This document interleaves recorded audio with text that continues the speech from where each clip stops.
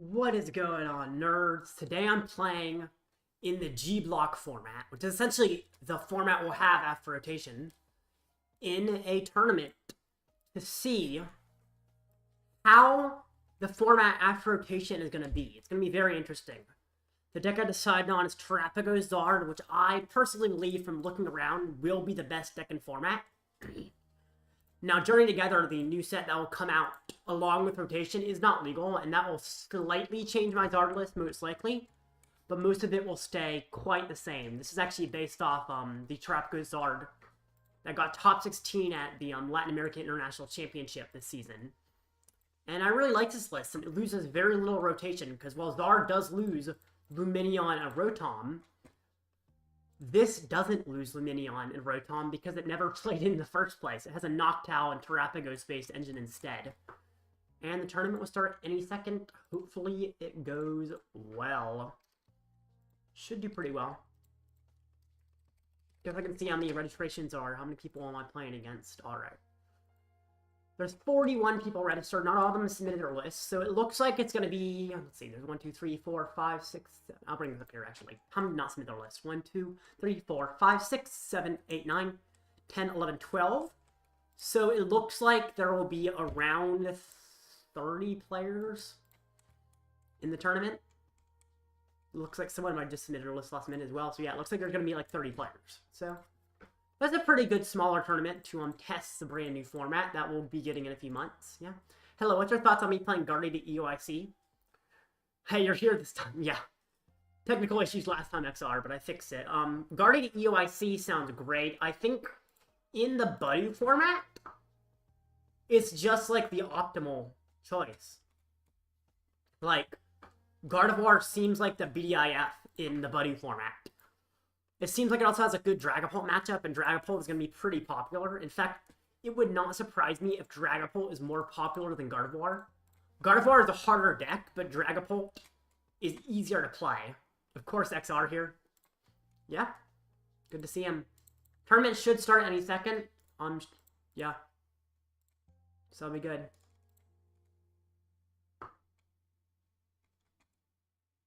And looks like round 1 is up. Cool. I'm fighting Raging Bolt with Noctowl. Yeah, that's not surprising. Raging Bolt seems like a pretty obvious thing for me to fight in the post-rotation format. Alright. I accepted his friend request. Now I'm going to have to maybe I won't. Actually, it looks like he's sending me a challenge right now, because that's lighting up, so I got to restart my game to see it.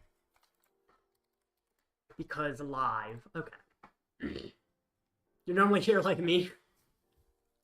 I think XR's here even more often than you, Duffy, but it's good to see both of you around. For sure. But you do always seem to appear at the same time, so. Okay. So, there we go. Good luck. It's going to be an interesting matchup. He does play one Cornerstone Ogerpon, and that's kind of the scariest thing. The good thing is I'm playing a Dusknoir build, which means I can actually deal with it. Quad Cornerstone seems really good in rotation because it beats everything that isn't Alzard. Wait. Isn't Alzard? It seems like... It seems like if you're playing Quad Stone, you're trying to beat Zard. Because Dragapult's still good after rotation, I think, right? Do I go first in this deck? No, I go second, especially because I'm against Raging Bolt. Attack with Terapagos? You can't do that. You can't... Oh, yeah. Duh. I forgot. I can just attack with Terapagos. You're right. That just killed Cornerstone. You're right. Oh, yeah. That makes it so easy, actually. Cornerstone's just kind of useless. But yeah, because Dragapult is meta. Why is Cornerstone scary? It's not. I forgot I can attack with Terapagos.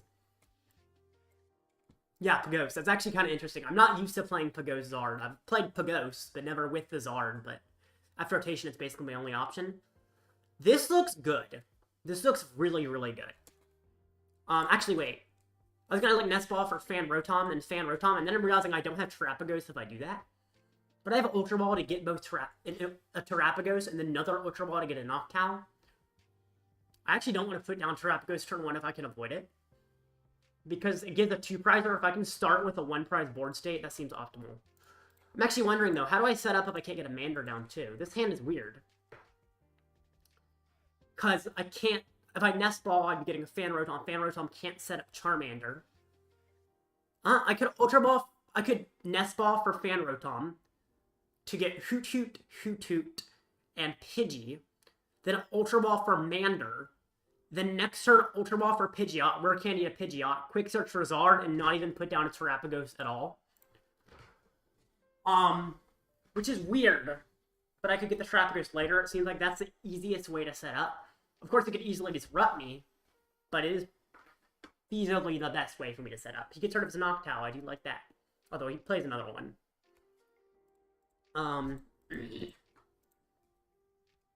But yeah, let's see. I feel like this matchup's alright. He did put down the area 0, okay? Next format, I think I want to play the new Clefairy, which not only does it make our opponent's active weak to Psychic, and for a Psychic and a Colorless, does have a pretty solid attack, so it can just KO Dragapult and Raging Bolt really easily with the Clefairy. But also with the tool Lily's Pearl, Clefairy becomes a 1-prizer on Lily's Clefairy, because it turns any removes the prize from Lily's Pokemon. So I'm doing a 1-prizer that has Raiku's attack of 20 plus 21 for all the bench. While in addition to having a historically good attack, also guaranteed hits weakness on Dragapult and Raging Bolt. Which Dragapult's the relevant one. Raging Bolt doesn't matter quite as much, although it could get an early game KO when I might miss it. I forgot that Fan Call can get evolutions. Okay, maybe I'm actually okay. Because I could just... interesting. Yeah, that's very interesting.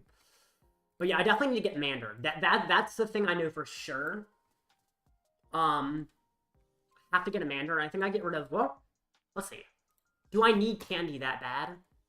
I could lose a Candy, but I don't like it. I like to have Dusk on Hoothoot plays and stuff. It just seems like Noctowl getting a liability can really set up for Briar stuff.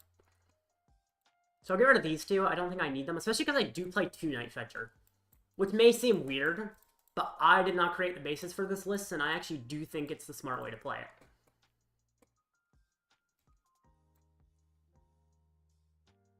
And I'll end my turn.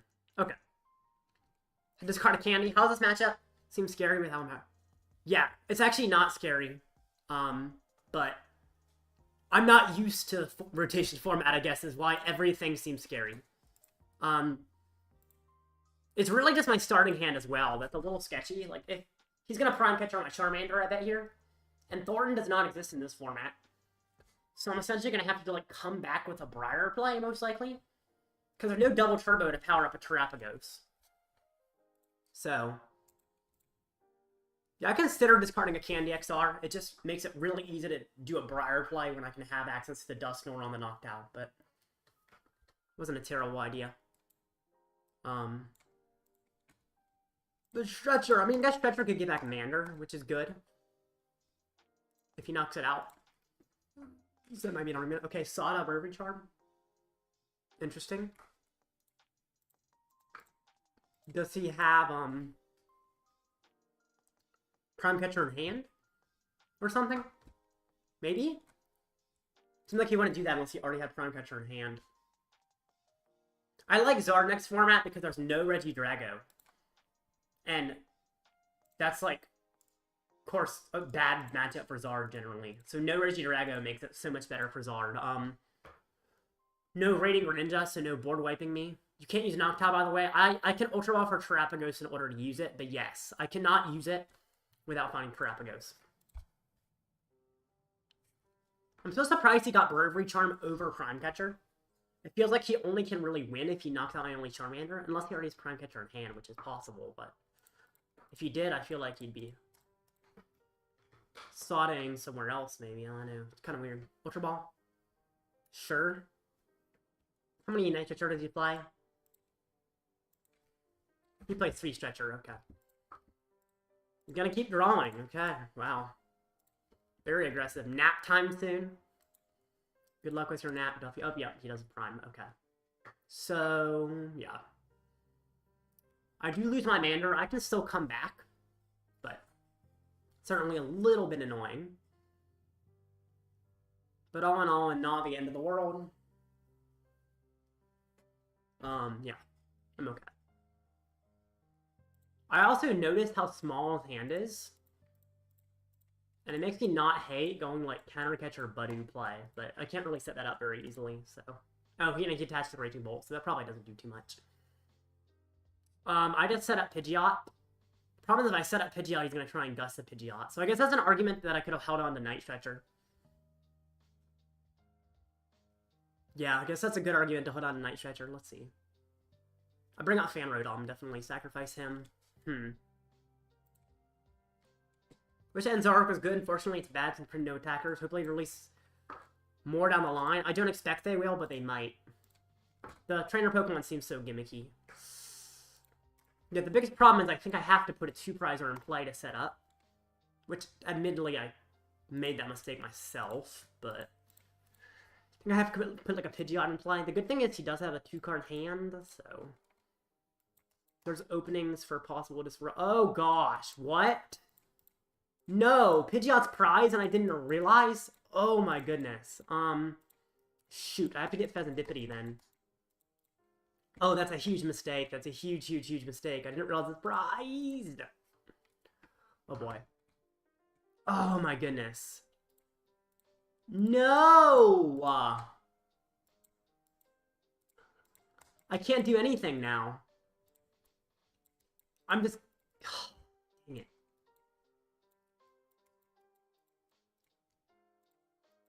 What the heck? If I had at least kept the Night Stretcher, I would have had a chance, but now I'm just cooked. Tell you the same, but I might be a Bolt bot for Atlanta.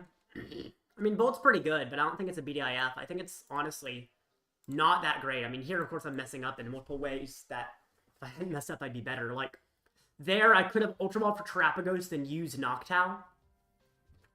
But I messed it up a little bit. The good thing is, wait, how many Gusts is he down, right? He plays 1 boss and 1 Prime Catcher, and he's already down the Prime Catcher. Is he down the boss? Oh, he's down the boss. He's out of Gust.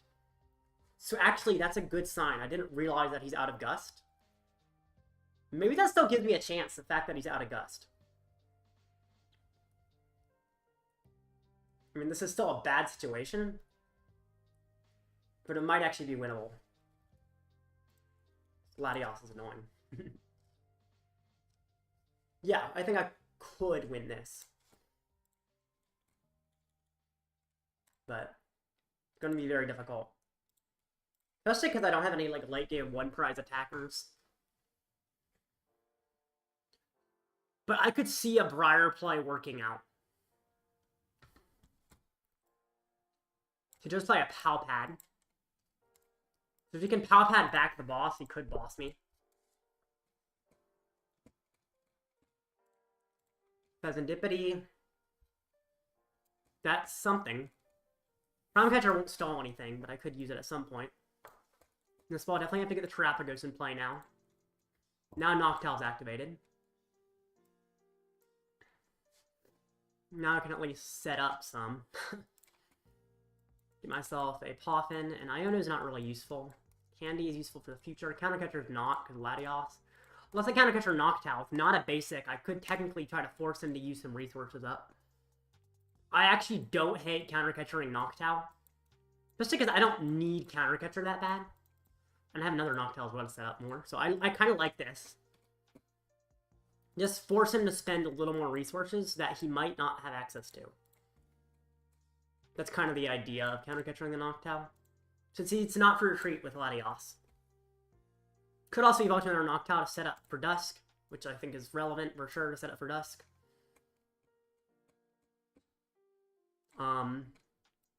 This can also give me the Ultra Ball for the next turn's Zard. I don't expect to have the boss Gust, although he could if he gets lucky enough.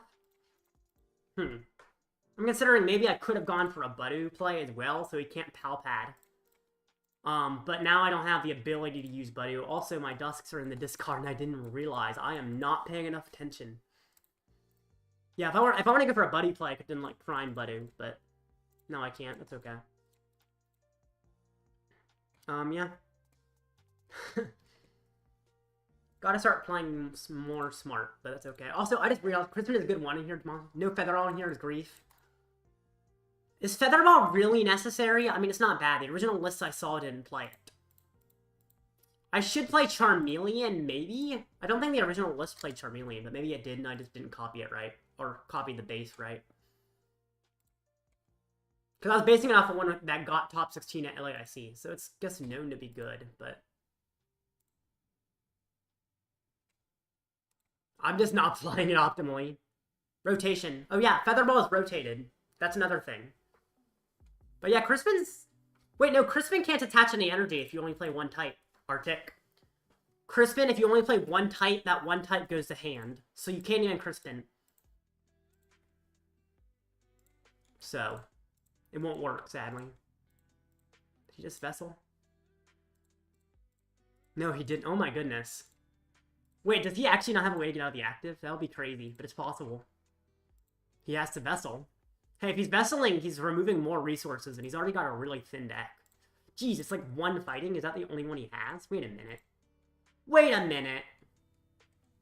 Wait, how many energy did he play? He plays 12, okay? So he has 1, 2, 3, 4, 5, 6, 7, 8, 9, 10, 11 energy gone, right? What if I just Budew stall for game, right? Because he'll deck out. And he can't use Super Rod or Superior or Energy Retrievals if I do that, right? So what if I Budew till he decks out? 1, 2, 3, 4, 5, 6, 7, 8, 9, 10, 11. He does have a 12th energy somewhere, but whether or not he gets use out of that is debatable. And even if he does, I think that's fine with me. He does just discard a bunch from his bench, okay? Oh, that makes Budew stall actually not possible anymore. Let's see. Noctowl, Noctowl. Get rid of Terapagos. It's not activating Noctowl anymore, so I probably don't. I can't stall anything anymore. Unless I kill the Latios, and then technically I might be able to. I guess I got rid of Fezandipiti. I don't need flip the script. Alright. Yeah, getting rid of that Noctowl is actually annoying. Because it would have been a great target to stall. Well, let's see. He takes one prize. He's probably going to knock me out immediately after if I knock him out, but... I'm still thinking it'll be kind of crazy to go after the Latios. Or, like, go after the Latios so he doesn't have free retreat, and then... Well, Hoothoot can technically attack, but if he has the attack, he has a retreat as well, so... But if I don't chase the Latios, let's see. 1, 2, 3, 4. I mean, he's killing my Zard no matter what. Is it even possible to win the prize trade? I don't think it is, right? Let's see. Kill Hoothoot, take a prize. Briar, take 3 prizes. The problem is he's always killing my Zard. Oh, I didn't mean a Nest Ball. I meant to Ultra Ball. I'm not thinking straight. My goodness. Well, at least I can get another Hoothoot, I guess. Okay. Ultra Ball you. And I'm never going to be able to Briar unless he goes after a 1-prizer, which he's never knocking out a 1-prizer here. Unless I force him to, in which case that doesn't work for me either. So I just set up Zard. And then I chase the Latios. And I mean, I guess the problem is he has to attach the last energy. It's kind of playing into the possibility of him not playing optimally. But if in theory he doesn't play optimally, then yeah, I can win by stall. Also, he might just get Latios right back as well, but... It's winnable, Zard Iono. Set up another Zard Iono. What do you mean? But if I kill his Bolt, he has enough energy to knock me out no matter what, right? I guess he would need recovery. 1, 2, 3, 4, 5, 6, 7, 8, 9. I don't know. Is it winnable? With just attack? Okay, he's gonna get Latios back, I assume? He gets Grass back, okay. He has Teal Dancing it, so that's good. Okay, how many energies does he have down? 3, 6, 8, 10, 11. There's one more remaining somewhere. The hope is it's not in hand. But if it's not, I might actually be able to win this. Let's see. He has to have fries his last energy, I guess, for me to win. So, knocking out that doesn't work because Otrapon always wins. Yeah, I just essentially have to hope his Hoothoot leads him to decking out. Probably doesn't, but if he doesn't have the energy, he does technically deck out. So, that's the idea. Is that his last energy is prized, and he decks out. If not, I'm cooked, but I'm probably cooked either way, so. I definitely didn't play this game one optimally, but that's why I'm testing the new format, so I know how to play optimally in the future. Ah, and he has the energy. GG.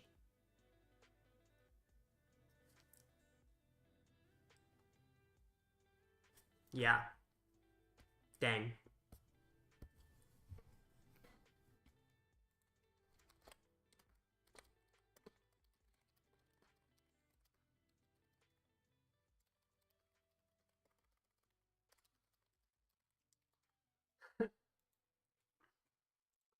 Yeah, that was bad. Could have played that significantly better, but it's alright. So, yeah. That is why I test a new format, and I can still technically win the tournament. I've had, like, I won $500 in a League Cup after losing the first game, so let's just do something like that again. Now I at least should know how to play against Raging Bolt, which I should have known already, but I think I hadn't played in a little while. Okay. So there's around 11 minutes till the next match. Guess I can see what people are playing, actually. That's an interesting thing to discuss if the images will all load, which I don't know whether or not. Not gonna lie, Polt seems better than Zard. Why? Wait, actually, why would Polt be better than Zard? It's like Zard's just so much better next format. Zard's better in a Raging Bolt, to my knowledge. I don't know. Seems like that would not be true, but maybe I'm dumb. Polt seems actually quite weak, because, like, what low HP Pokemon are being played? I feel like every deck's an EX deck. So what are you sniping on the bench? Everything has so much HP. I mean, if you look here, all EXs, Future Hands, all EXs, which, I mean, I think Future Hands could actually be a bad matchup, but I feel like Zard's great in Future Hands, though. But Polt isn't as good. Ada Slash is interesting, but, like, yeah, most of these seem EXs, so I feel like they would definitely just be better. More consistent and doesn't lose to Budew. Noctowl doesn't lose to Budew either, to my knowledge, although I should be playing Charmeleon because of Budew, actually. I forgot to add Charmeleon to my list. That probably does make Budew a little bit more harmful. Actually, a lot more harmful. But because Terapagos is an attacker and Fan Rotom is an attacker, it seems like I'm not quite as worried about Budew. I also have my own Budew. So here's the thing. Budew just buys them turns until they set up, but then I can Budew myself. Whenever they take the first attack, I retaliate and completely wipe their board. So if they're Budewing, they're just waiting for their first attack. The reason Budew's a problem pre-rotation is they can Budew until they set up a board wipe. But there's no board wipe after Budew, when you can't set up Dusknoir if I use my own Budew. Dragapult only kills one thing, and it has to be something low enough HP, which I just wouldn't put down against a deck that's Budewing. Something like Raging Bolt, if they hit the active, they're hitting a 1 prizer, and then I win the prize trade, even if there was Budew. In the mirror match, they just take an attack, which they should just be sitting around anyway. So it's like Budew doesn't do anything except just delay the game for them. But because I'm a comeback deck, I can wait for them to hit me anyway. In many matchups, I would want to wait. So, seems fine to me. Okay, Mr. Moves. I'm fighting a Gholdengo. He does also have Rellor and Budew. Sounds good. Already friends, cool. Maybe I should also play I guess the reason I don't play Defiance Band is that Arven. Because I don't play Arven. Waiting for my opponent to check in. Time to next round. I'm gonna go till then. Next round is up, XR. Next round is already up. I actually think I paired it early because everyone else the previous round finished quickly. So, yeah.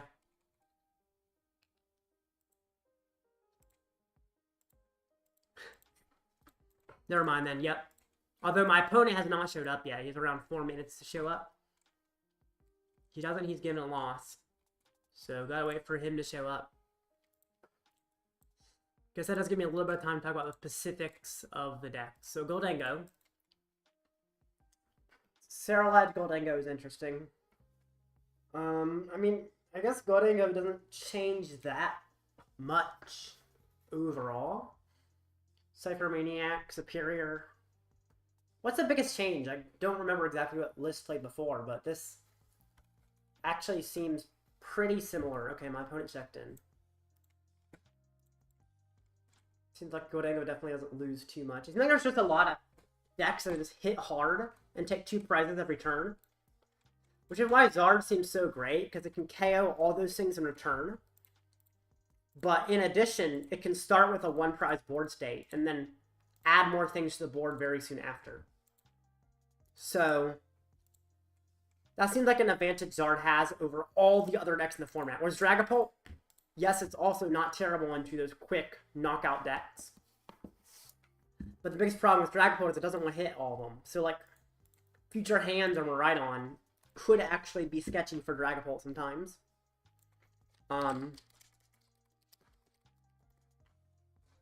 Which is not really something Zard has. Dragapult's definitely better than Zard, but like everything else definitely seems like Zard just wins because there's so many things that just go 2 prize, 2 prize, 2 prize, and they win the game. So if I can make that first 2 prize a 1 prize, then I just win myself, which seems great. Alright, my opponent's going first. Cool. I gotta get used to playing the Trap Zard engine. Oh, that's a horrible hand. Okay. I can set up Fan Rotom, but that doesn't get me a Mander available. So that's kind of a pain. Doesn't even get me a Budew available. Not like Budew would do that much anyway, necessarily. Okay. Yep. Okay.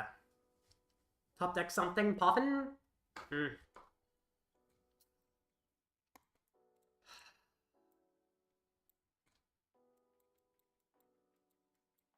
Fan Rotom does fill my bench, and that's about it. Is Pidgeot prize? It's not this time. I need to check that every game, because now I play 1 Pidgeot, so it's actually not uncommon to prize it for once. Could get a Noctowl ready. I do need to find the Terapagos in order for that to be useful, but I could find it.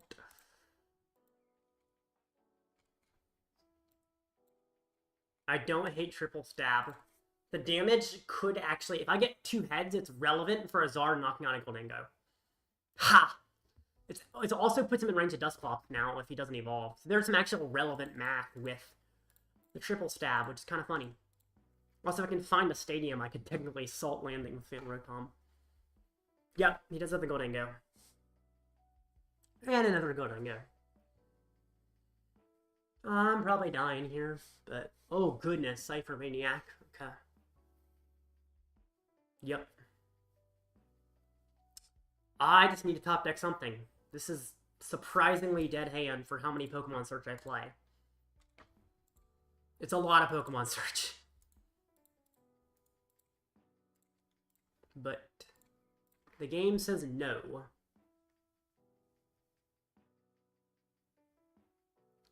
Okay. There's a Togepi, as expected. The Energy Search Pro. Goodness. All the energies.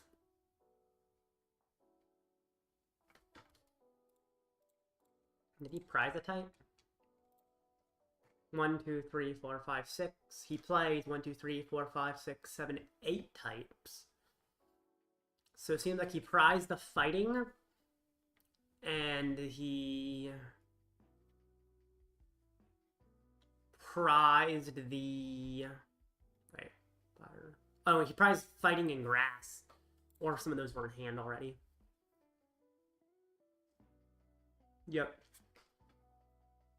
Well, at least if he takes 2 prizes, that puts him on the bench in range of Zard. So that's kind of my, saving grace. Oh my goodness, game. You're not going to give me anything I can do.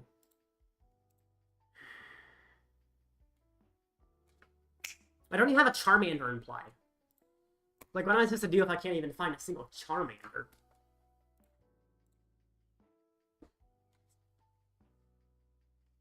What in the world? I've never seen Charizard be inconsistent, but seems like this might actually not be very consistent. But it's weird, because I play 4 Nest Ball, 4 Poffin, 4 Ultra Ball. So in theory, that's consistent, but... in practice, I guess anything can happen. Oh, great.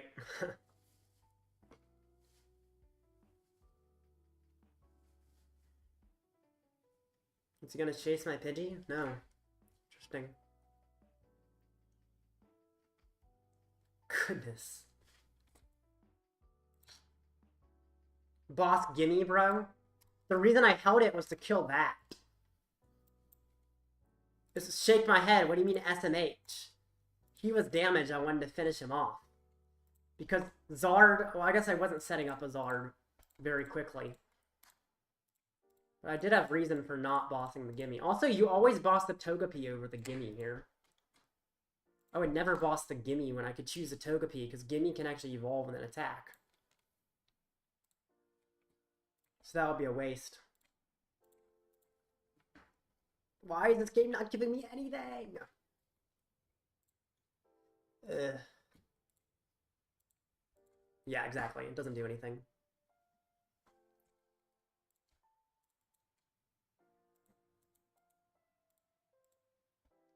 Alright.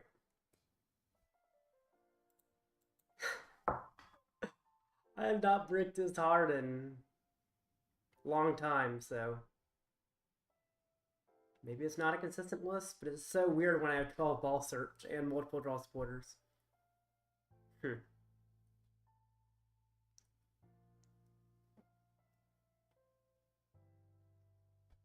Oh, great. Oh, no. No, no, no, no, no. No extra prizes, please.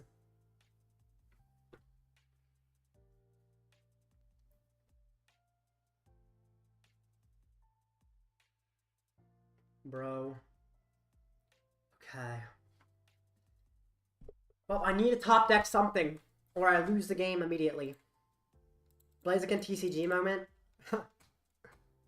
Well, he says he gets unlucky often. I'm saying this is like a rare occurrence.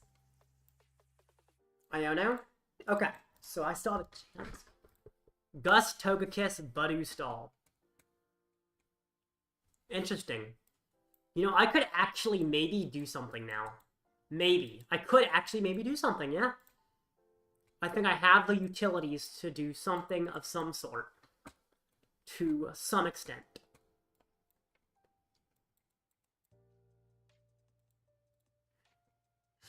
Which is more utilities than I've ever had, so I'm happy with that.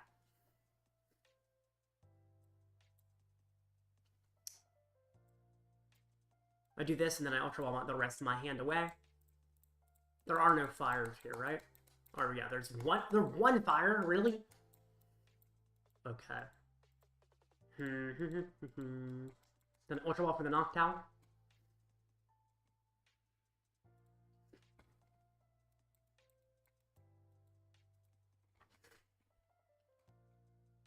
And Noctowl sets me up, right? Gets me something. Honestly, I think I get Counter Catcher and Iono. Right? Yeah. Yep. Because Iono's for next turn, I can disrupt again. and draw cards. Yeah. Yep. Now, he put his heal to Kiss, but that's fine. If he heals the Kiss, he is blocked. He is ending any possible stall. Now, what are the chances he has an energy? He plays 3 metal.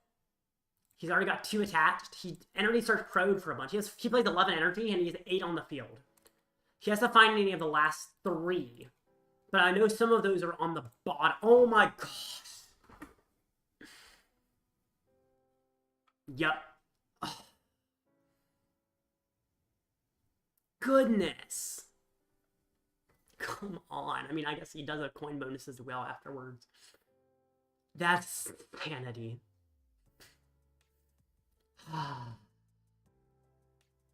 He does need another energy, though, if he wants to KO me.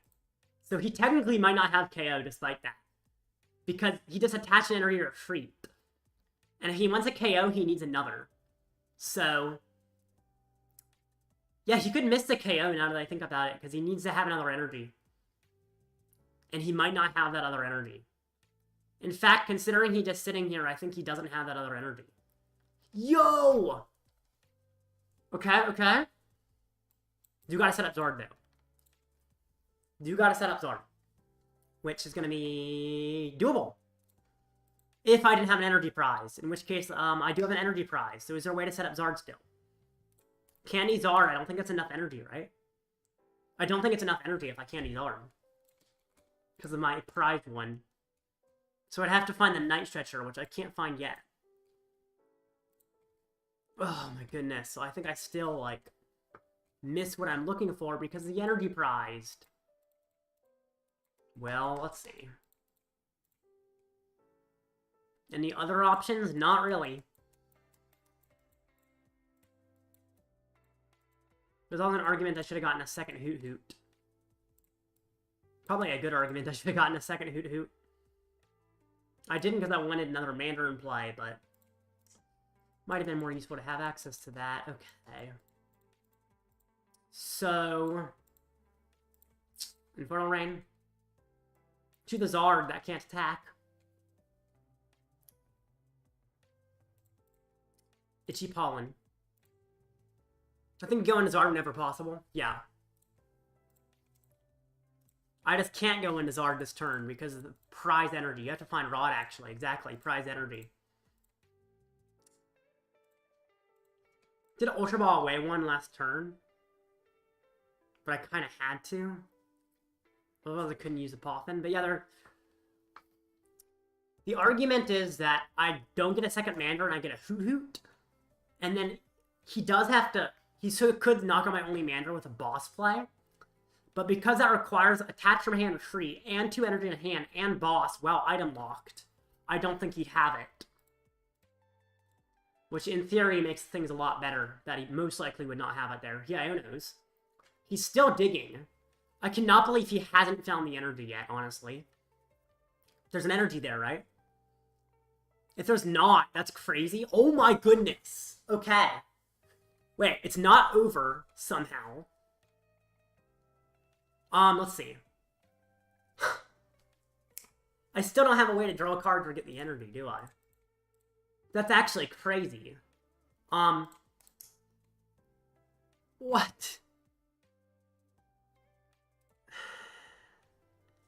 Night Stretcher's not in deck? That's crazy, too. I play 2 Night Stretchers, so if it's not in deck, then I prize 2 of them. Those, I guess? Let's see.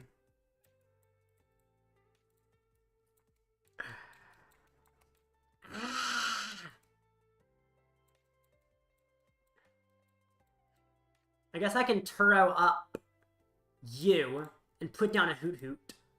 So I at least, like, have it next turn. But he's definitely getting attacked this turn. But if he doesn't get the coin flip, then I can Briar at least. So that's good-ish. Yeah, that's good. Actually, if I Turo the Hoothoot, it just resets the Hoothoot. So I can actually put the Hoothoot right back down. So I can still get the Clops if I want to here.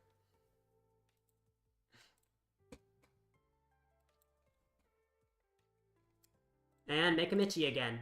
Goodness. Turo put down Hoot. Yep. Okay. This is crazy work. Wait, 6, 7, 8, 9. Okay. Coin bonus. Yep.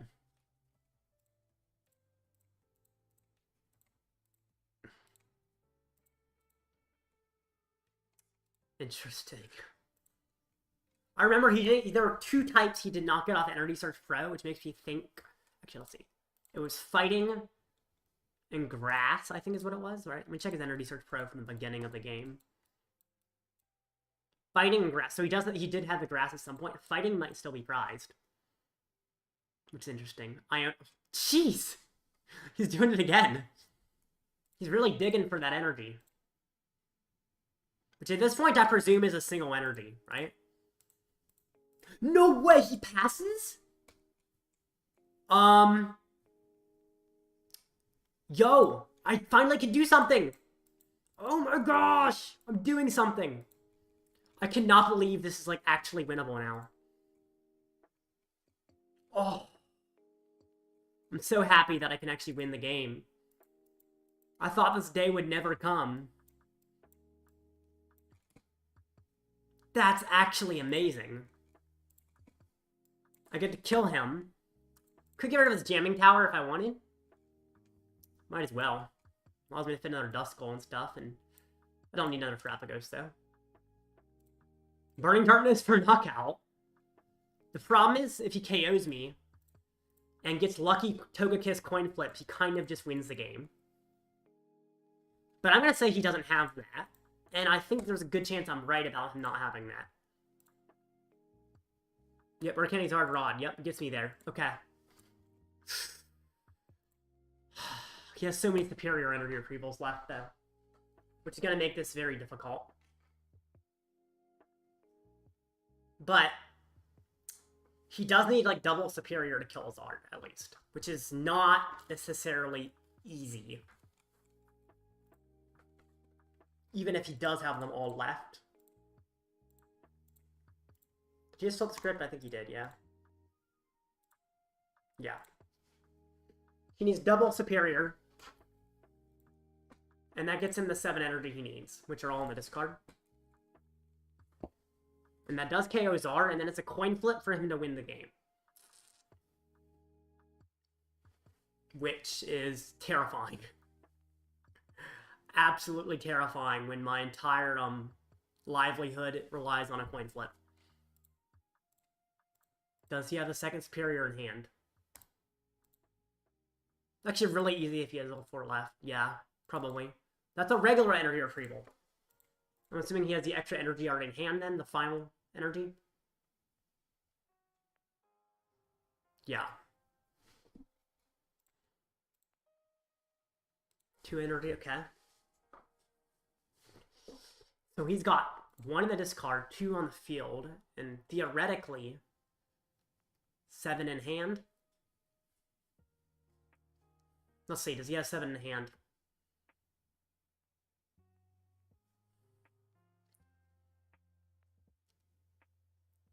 Come on. Yes, he does. It's a coin flip for game.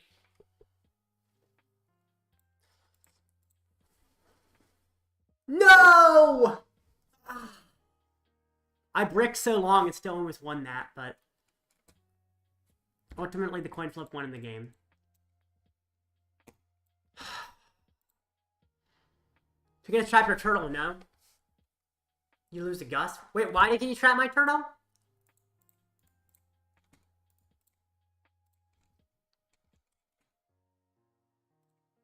Oh, right. Wait, no Prime is left? No, there was Prime left. Prime is still in deck. Oh, yeah, actually, no. Prime is... Yeah, Prime is left. I have Prime in deck.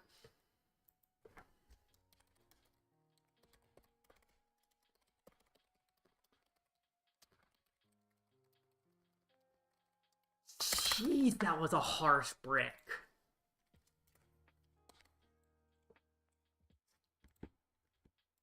Goodness.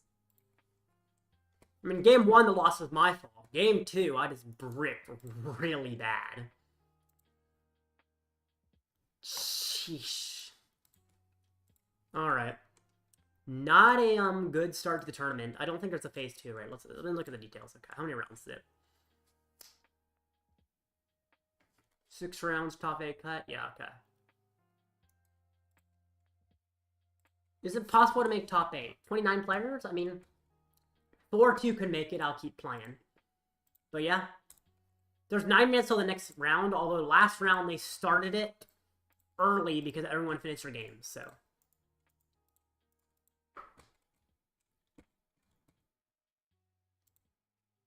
Whew.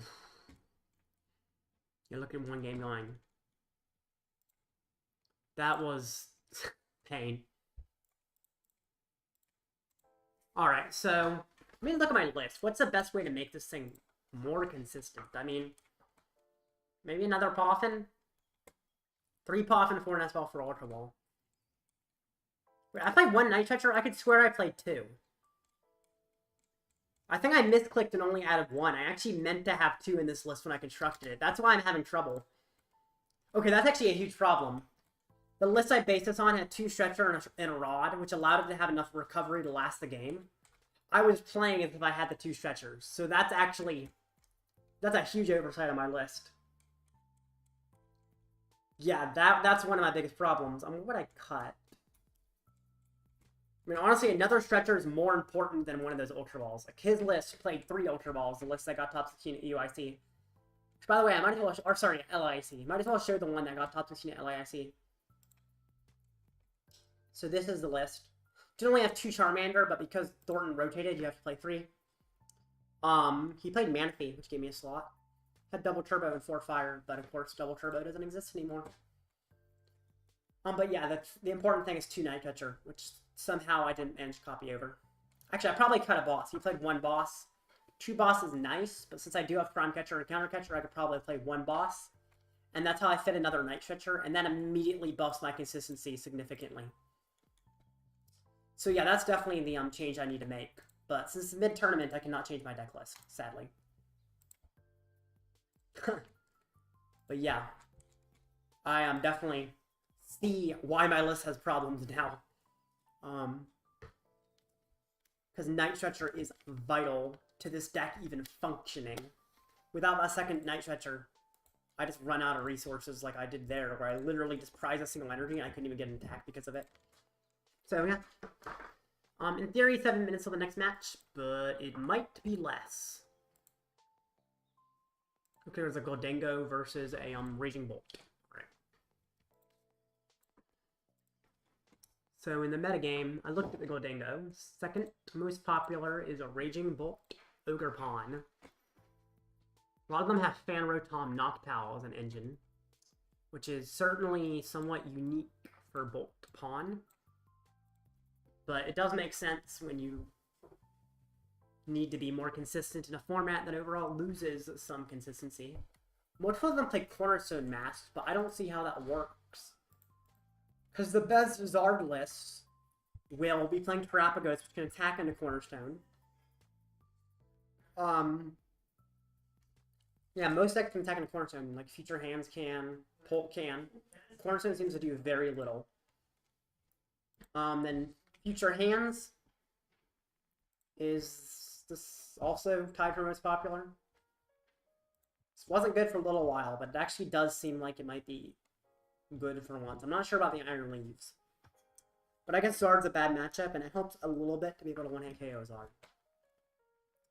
Also, the Dunsparce engine, it looks like someone's playing that. That's kind of interesting, but I'm not sure about it. But, yeah, Future Hands is pretty good deck, actually, it seems this format. The Iron Hands 2 price is good. Also, a good reason to play Zard. Maybe even Zard would like Max Belt in this format, although Prime Catcher still seems optimal. Also, I guess I can't find Max Belt as easily, so they don't play Arven. Gardevoir is surprisingly popular, especially considering you have to play this Kirlia. There's no Kirlia that draws cards. And yet we're trying to play Gardevoir. And seemingly, I mean, 0-1 drop. 0-1. Okay. He's 2-0 now, yeah. Okay. Let's see what he is. He's 1-1. Okay, it's actually going better than I expected for the Gardevoirs, because rotation seems like it would just kill Gardevoir. Of course, small sample size, but Working better than I expected. Yeah. Next match starts in around 4 minutes, but it might actually start earlier. Normally, like last game, once all the games finished, which happened ahead of time, they just started a new one, so. Also, I don't know why Limitless is lagging so much and showing the icons. Yeah, after Gardevoir is Aegislash. 3 Aegislash is really interesting. So it can't be damaged by EX and V. Well, let's see. Zard would have to do like Dusknoir, Dusclops, or Dusknoir and like Noctowl attack. So actually, yeah, Aegislash does seem kind of annoying for Zard. Which is actually kind of cool. And I just thought EX is a good late game attacker. So this actually seems good because the Dracloak does 70. Do that twice, it doesn't kill the Aegislash. Of course, it could hit some on the bench with the Pult instead of the Dracloak. But that doesn't always do enough. Feature hands like all two prizers. Actually, a lot of these are two prizers. That's interesting. What are these others? So the first one is considered EV Box. I think that might be more fun than meta. But it's cool. And then the other. One Executor EX. Toadstool EX. Okay, this just seems like a kind of odd grass box. I don't think it's overall that great. Although I don't think it's horrible either. For Alligator, so interesting to know these, but you know, that's what rotation does. This actually doesn't seem like a horrible one prize deck. I actually kind of like this. I mean, 280, pretty solid damage. Doesn't look awful. Doesn't look amazing, but I do actually think for Alligator could do well. It definitely could day 2. So that's good. Very interesting. Charizard Noctowl, that's mine. Definitely need to add another Night Stretcher. Not adding that was a mistake in copying down the original list I based mine off of. Ceruledge. Noctowl Ceruledge is interesting. That's something I would not see before rotation. But, I mean, it does set you up. I guess it does make sense, right? Because before, people are like, they didn't have Noctowl, so they'd probably go for just Radiant... Or Radiant Greninja is really why. The loss of Radiant Greninja. I guess all builds played that, even the Palkia ones. All builds played Radiant Greninja to draw cards. But when you lose Radiant Greninja, you do actually take a huge hit in consistency. Because that's 2 cards every turn with Radiant Greninja, basically, because you're discarding all your energy. So Noctowl seems like a solid replacement when your attacker that's relatively bulky is Terra, and you're going to fill your board with them. Yeah, that makes sense. Noctowl seems like one of the best engines in the format. There's a Charizard Pidgeot here. Well, the icon of this is Charizard. The Charmeleon. Really? 3/3/3 Zard? With Jacq? You don't even play Evo TM. 10 Fire. Okay, okay. I'm realizing this is like a new player Zard. Because 10 Fire Energy is not normal Zard. This is not, I'm gonna ignore this because this doesn't actually represent what a list might look like, because 10 Energy makes me know it was not designed by a player who's tested Zard much, which is fine. But yeah, okay. Dusknoir Dusknoir. This deck seems kind of insane. Does he not play Evo TM? No, he plays 2 Evo TM. I'm just blind. Okay. Yeah, Evo TM seems really good. Bulbupt. Yeah. The tough thing about this deck is losing Lumineon and Rotom V. Or I guess, yeah, Lumineon and Rotom, yeah. I don't know if they played Rotom, I think they did, but they definitely played Lumineon. Losing Lumineon is tough. And by the way, the next match starts any second now, so that's good. And, I mean, this seems like a good deck. The thing is, with decks like Raging Bolt and Future Hands and Gholdengo, or I guess Gholdengo's probably not, but Raging Bolt and like Future Hands, all the big basic attacking decks actually seem like Zard is better into than Polt. Now the evolution attacking decks, I think both are pretty close on how good they are. But that edge against like Raging Bolt and Future Hands definitely, I think, goes to Zard. And makes me think Zard is the best deck. I just need to construct a better deck list than the one I did because I need more recovery. Surprised the next match is not started, but we'll start any second now, and I will win this one. May have lost the first one due to mistake, and second one due to deck list mistakes that caused bricking, but third one will work. Hopefully. Ooh, my loading. This is cool. Blocks Terras. Oh, that's actually insane. So blocking Terras, you block Ogerpon. Of course, Raging Bolt can still hit you, but you have other options for that.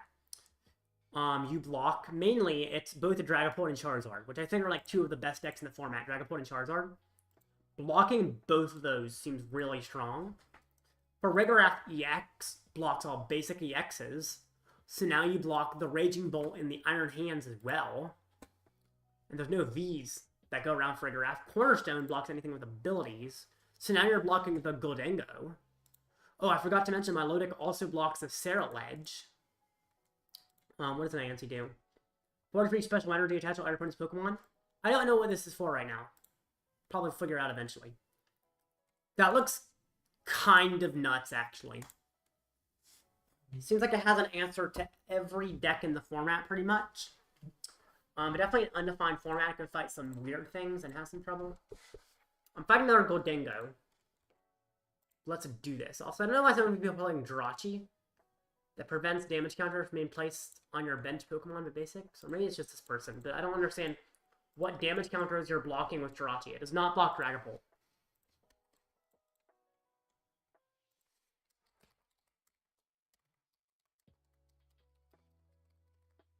Alright. Sent my opponent a request. Gonna get into the next match as soon as he accepts. Let's actually see if he's accepted. RNSH, I sent a challenge. I sent a challenge and a good luck. He's a got it. Okay, cool. So he should be accepting any second now. Let's win this. Cool. So, heads or tails? Tails. Because that never fails, correct? It actually didn't fail this time. Does this deck go first or second? I'm actually realizing I'm not based on Irvin. He wants to evolve. I go first. In fact, I think I go first blind. Most of my setup is just Pokemon search. I'm gonna start with the Zard. Supporters are not as much of the focus of my setup anymore. Considering I don't use Arvin. This is interesting. I do not dislike this. It's vaguely worrisome, but it's not bad. You. I do wish I had bench space. Probably shouldn't have put you down now that I think about it. Because I'm essentially forcing myself to fit one less thing if I want to fit Terapagos. And yes, I want to fit Terapagos for sure. Setting up Zard without getting the Terapagos in play seems tough. So I've essentially just limited myself to a bench that's not nearly as expanded as I would like. But that's okay. It'll all work out in the end, right? Okay. And of course, setting up Zard is also a Terra, but setting up Zard is also not easy all the time without already having Terapagos in play. So I could set up Zard, trigger my Noctowl, but normally my Noctowl is the way to set up Zard. Kind of strange, actually.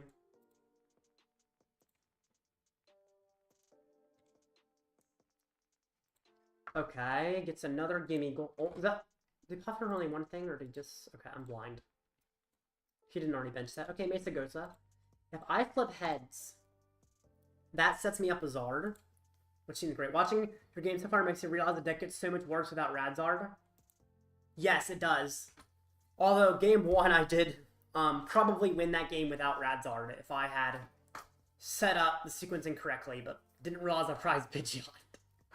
But yeah, definitely Radzard is very scary. So, Arctic, I was talking about, this does not exist for the online tournament. I'll actually discuss it more afterwards. Actually, after this round, I discussed it a bit, but I gotta show an image to make it actually make more sense what I mean.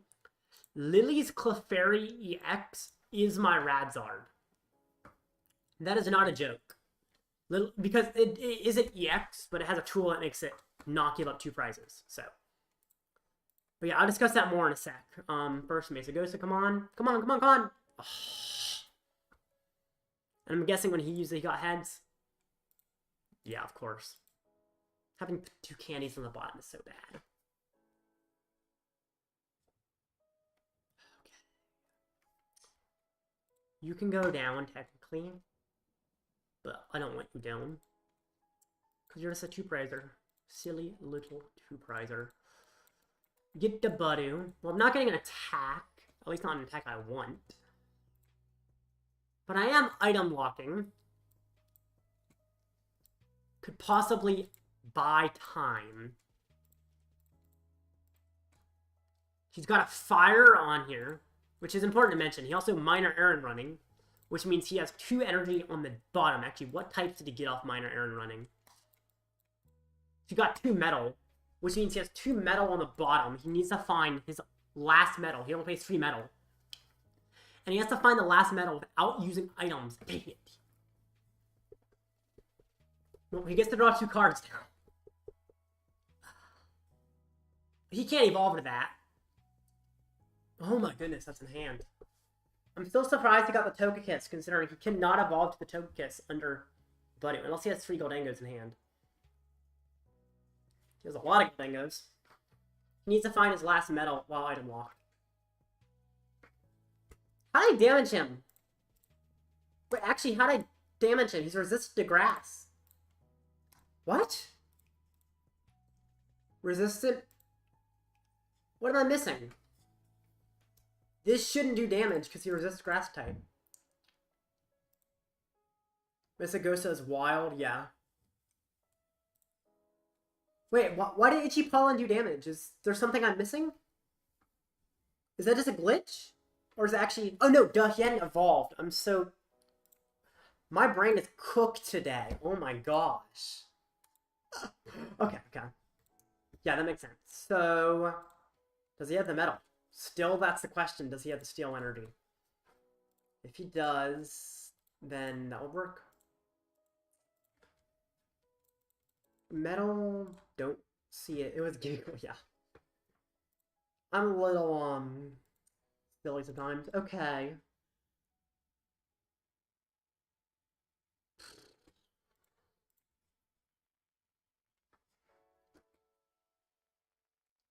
Okay. There's no room for you because I had to put down Budew. What if I attack with Fan Rotom? That's a great idea. I do get the Noctowl, because it will be useful in a sec.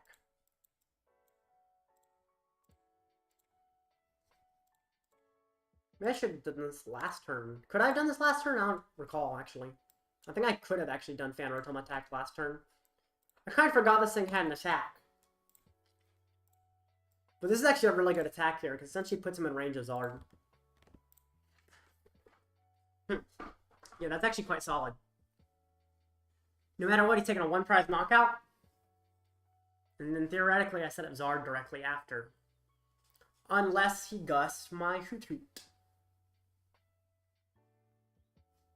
If he gusts my Hoothoot, what do I do? I top deck, that's what I do. The good thing is, I think he's taking 1 prize unless he flipped lucky. Oh, coin flips. We love them. But we also hate them. This is why we play Charmeleon. Yeah, that's fair. This is why we play Charmeleon. It's actually surprising that the top 16 LAIC list didn't play Charmeleon. The Night Stretcher was my fault in basing it off that list, but the Charmeleon wasn't in the list I based this off of. which was kind of surprising. He literally preferred like to play Manatee over Charmeleon, which was very interesting. But yeah, I agree. Charmeleon is probably necessary. He does have the attack now.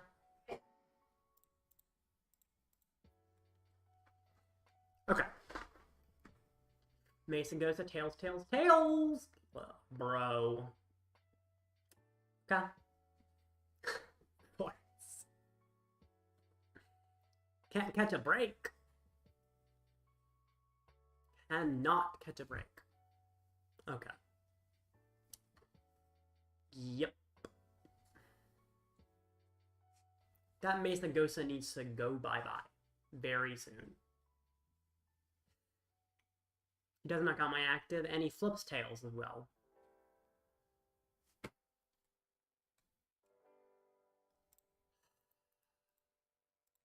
I'll be coming back with a Dusk play, don't worry. Dusk still allows me to win the prize trade. This will be easy, right? This actually seems like a bad matchup because of the weird prize trade caused by Dusk.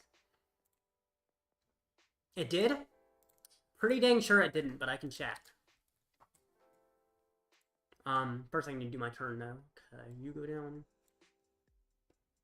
Might as well Mesa Gosa, depending on what I get, could also inform my decisions.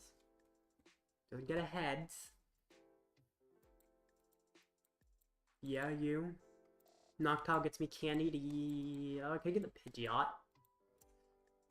Then I can also Ultra Ball with the Zard afterwards.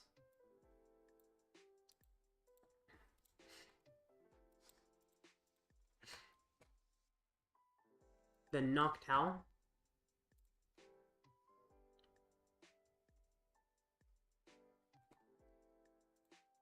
For Candy. Candy. Candy to Pidgeot. I like how I still have Quick Search. Probably going to use that to get Iono. Candy to the Zard. Yeah, I think I do use it to get Iono. Infernal. Do I put any energy on Trap? Trap just can't KO Goldengos? Probably not. Low on energy again. Which is once again kind of my fault, but probably should have attached a second one. Should have kept it for like retreating energy or something. Quick search for an Iono. I think, yeah, I need to disrupt him.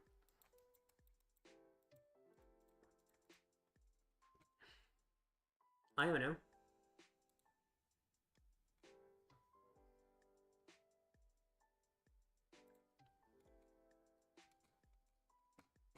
Then Prime Catcher is interesting. It leaves the energy part. Oh no, I don't KO him with a Prime Catcher. I could KO the Togekiss. That's a one prizer though. So does it really help to KO the Togekiss? I don't think so. It just, essentially I'm just relying it doesn't get too many lucky coin flips. But, yeah. Alright, let's see the list. So it's 10th place list, and the LIC list. Let me search Charmeleon. It does not play Charmeleon.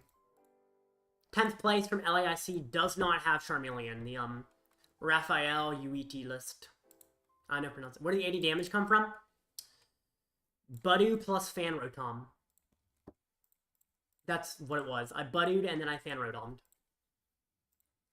And that got me 80. Ooh, got Fezandipiti. Goodness. Goldango seems so disruption-proof. If he knocks me out and flips Tails, Briar takes 3 prizes. Although taking 3 prizes to Briar doesn't actually do anything for me, does it? No, it actually doesn't do, like, anything for me. Because still, my opponent still needs to take the exact same amount of prizes. Roto Stick? This is your Pokegear replacement? Buddy, sorry, I hit the gimme goal with the Budew. So, that's what it was. It hadn't evolved when I hit it with the Budew.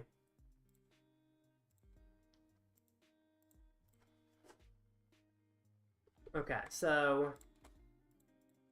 Use regular energy retrieval, he's not use Superior. Even if he uses Superior, he only gets 2. Where's the Energy Search Pro? Another one that it's 4. He might have more in hand.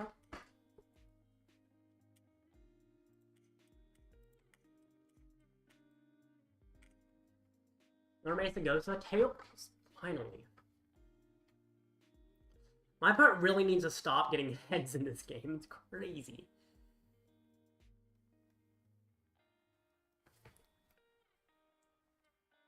Gimme Ghoul, bro. You know, if he gets heads here, actually.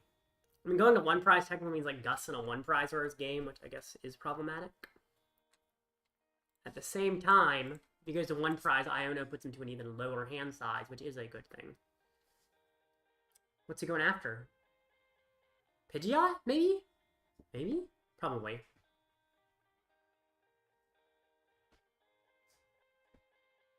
Oh. Oh no. Oh yes. That's huge. Just don't flip heads.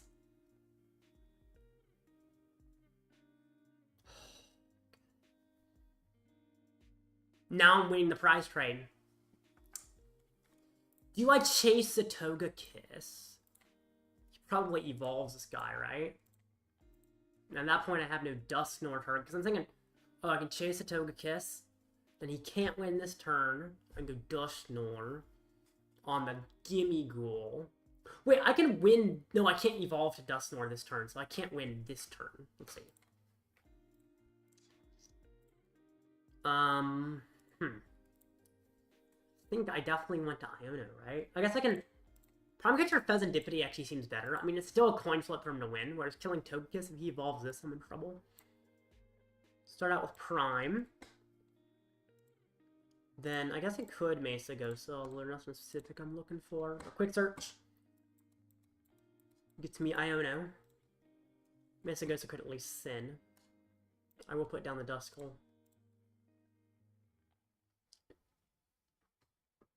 As expected. Knowing my luck.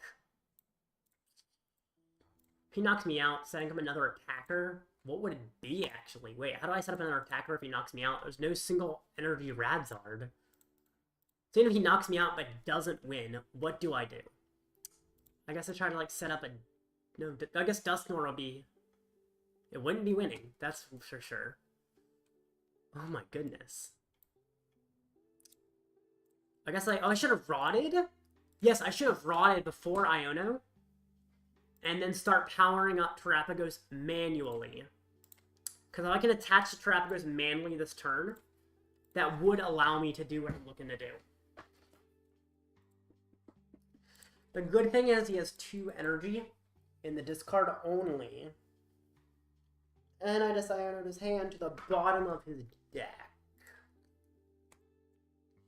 But yeah, should have rotted the free fire in and hoped I found one off the Iono to attach to the Terapagos manually to power it up for a possible attack. Now the problem is the attack would not kill Gotengo. Which I guess means either way, it's actually not great. Because Terapagos wouldn't kill Gotengo. I could not use Dusknoir because he would win the game if I do that.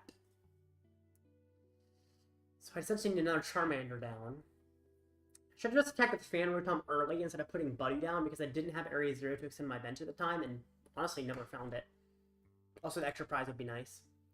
If he knows Nor, Sudden Death, KO.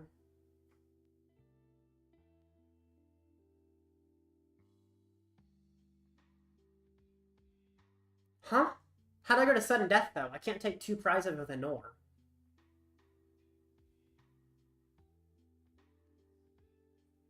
If he knows Nor Sudden Death, I don't know how I get a Sudden Death with Nor.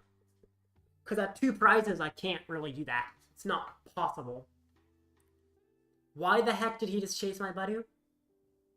Wait, what? Never mind, yeah. But if he's trying to chase my Budew, I'm confused. Why? Cooked. He's cooked. He can't win on my Budew. You could win by hitting something else, but not my Budew. Bundle? Okay. Sure.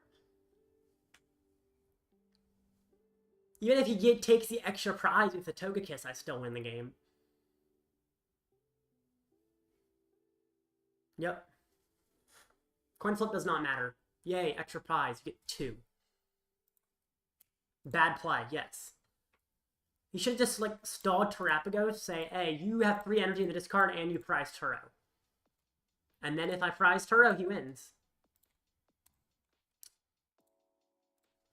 GG. Well, that is a win! Finally. Still didn't play optimally, but I'm finally getting used to the new Zard build, which is good, because I'm going to need to know this Zard build for Atlanta Regionals.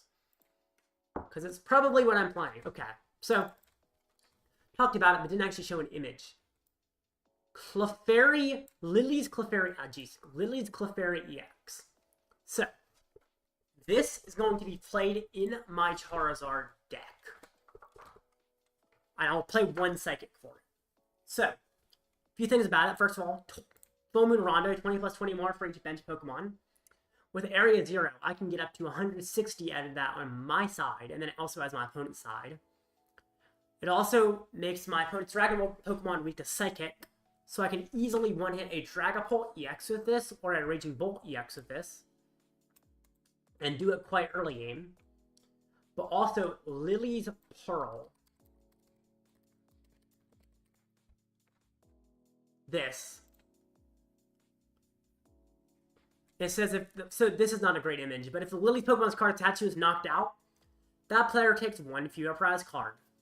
Now, there are some decks that play Jamming Tower, although I feel like they might go down as people realize that there aren't going to be that many tools in this format. I feel like Gardevoir is not that great, and therefore I feel like there's not many tools you care about. I guess Bravery Charm is the reason to play Jamming Tower. So Jamming Tower technically could go out and make Lily's Clefairy cost an or not give up only 1 prize and give up 2 instead.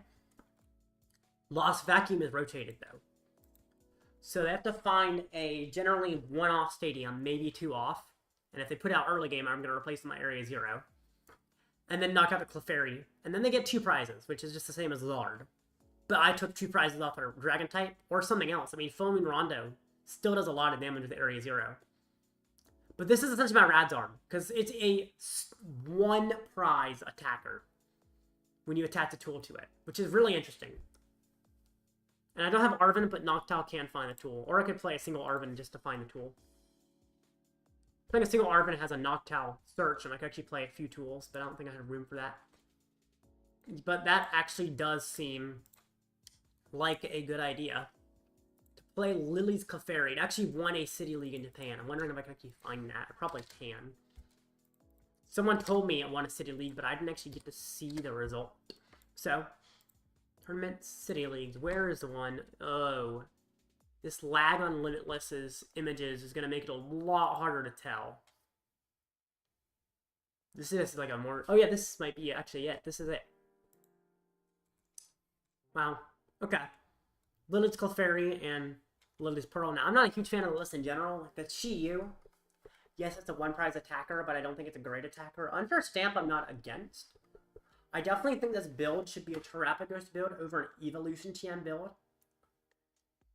Because setting up, like, finding the Arven for Evolution TM is actually surprisingly difficult without Lumineon sometimes. There's no Lumineon, no Forest Hill Stone. So Arven builds just seem weaker. I definitely think Terapagos is the more consistent way, even if it's less consistent than builds from previous formats. But really, that's the idea of the Lily's Pearl, is what seemed good to me here. Although the rest of the list I'm not quite as much of a fan of, that's okay. That's okay. Excuse me. Okay. Isn't that Zard? What is this Zard Pidgeot? It's interesting that they're playing Cleffa and their Zard Pidgeot over Budew. I don't necessarily dislike it. I do dislike Trolley as the ace back here, though. I mean, I guess it's not terrible. I don't know. Arven builds in general just seem scary. Because you don't have an easy way to find the Arven if you want the Arven, which can cause a lot of problems. So around 7.5 minutes till the next match. I will be right back.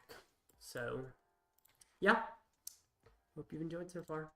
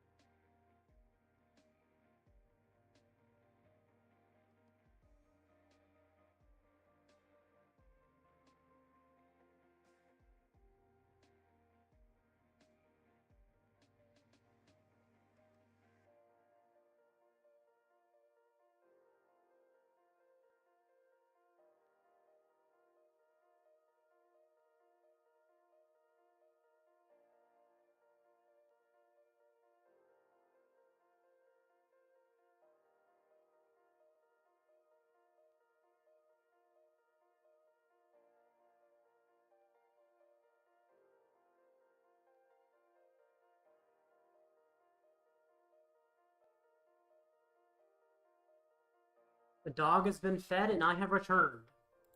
3 minutes until the next match. And I'm going to win that one too, hopefully.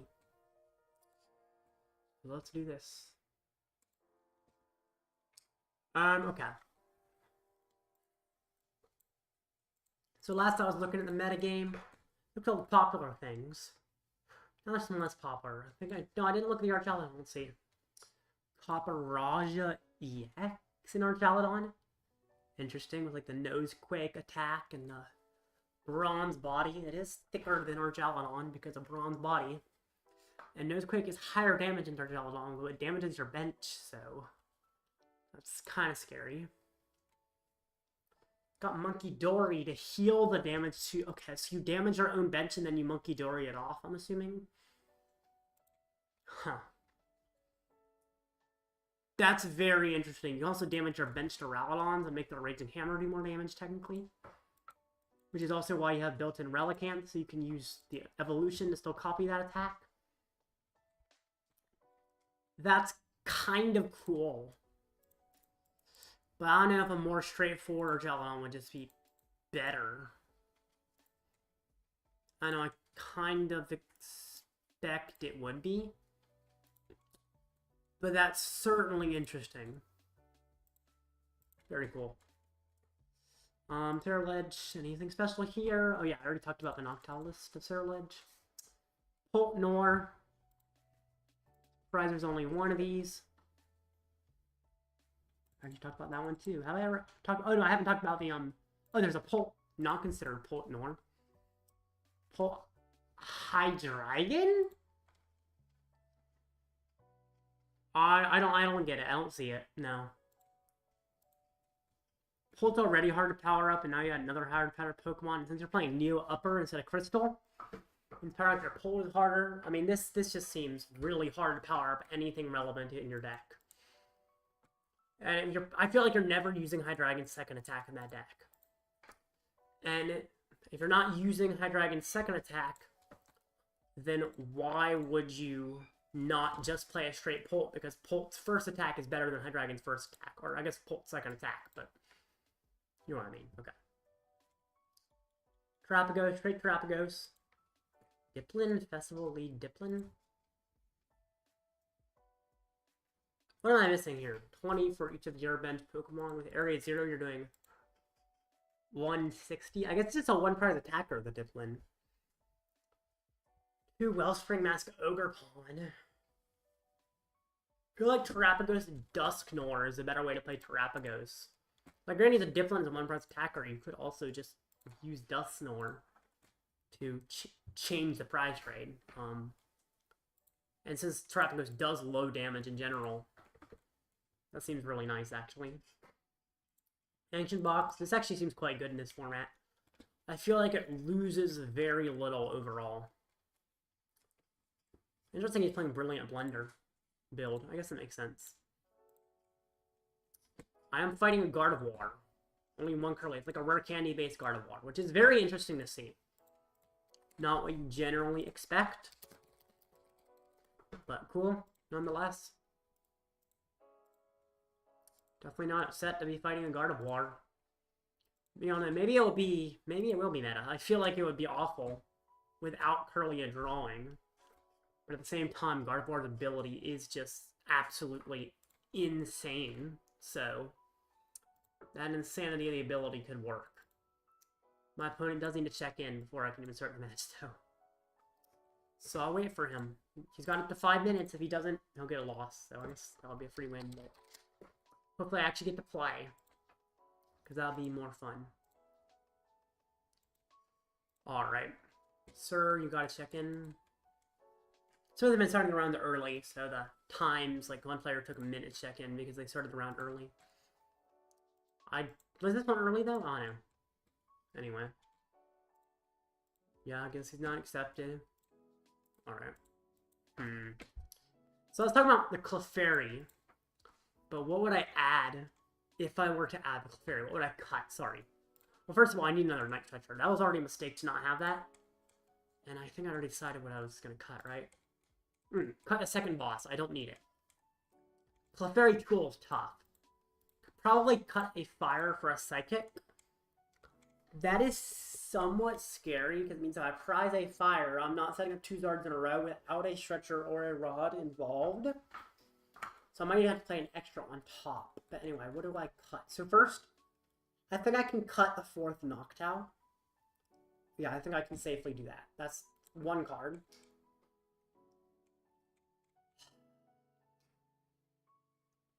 After that, it would probably be the 4th Ultra Ball. I mean, the guy at LIC did not play the 4th Ultra Ball. Or the 2nd boss. Yeah. So that probably is the choice. But Ultra Ball. Yeah, okay. Go Ultra Ball, cut the 3rd Noctowl. To add the Stretcher, I was going to cut 2nd boss. Yeah. That seems right. Scary, but right. Okay. My opponent has 3 more minutes to check in. I guess if he doesn't check in, what do I do at that point? Because I was gonna say I could play on the ladder like I normally do, but I can't really play on the ladder with a. I guess I could see how post-rotation decks fare against pre-rotation decks. That would be kind of interesting to see if they're actually much worse. I remember one of the organizers of this tournament said he was doing that and said that it's slower, but it actually does split up all right. So that would be an interesting thing to do. Yeah, that could work. But yeah, I got 2 minutes. So my opponent's list, I guess I can look over his, although maybe I already discussed it. Okay. MEW EX is interesting in Gardevoir. Geno hacking, copy and attack. I don't know. I don't think MEW EX is that great. I don't like that it's a Vaporizer. 1 Turo. I was thinking, oh, sucks that you can't Turo your Guardian EX as often as only 1 Turo. One problem, if you Turo your Guardian EX, you can't evolve back to it, because normally you have a bench full of Curlias to evolve up. Now you only play 1 Curlia. So Turing Guardian makes it a lot harder to set up another one. Let's play 0 Rare Candy. I almost feel like it's more consistent to just play a 4th Rare Candy, but maybe it couldn't be fit. Having no Curlia seems awful for this deck. I mean, it's even got like a similar amount of draw splitters and stuff, it looks like. I mean, at least it has Budew. If you buy enough turns Budew, you can win with any amount of consistency.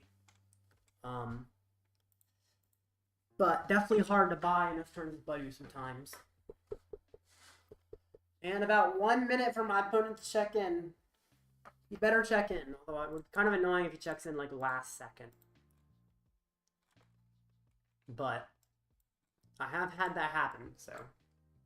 But at this point, I'm expecting my opponent not to show up. So then I guess I'll test on the ladder against pre-rotation decks with my post-rotation deck. Be very interesting to do. Should be fun. Okay.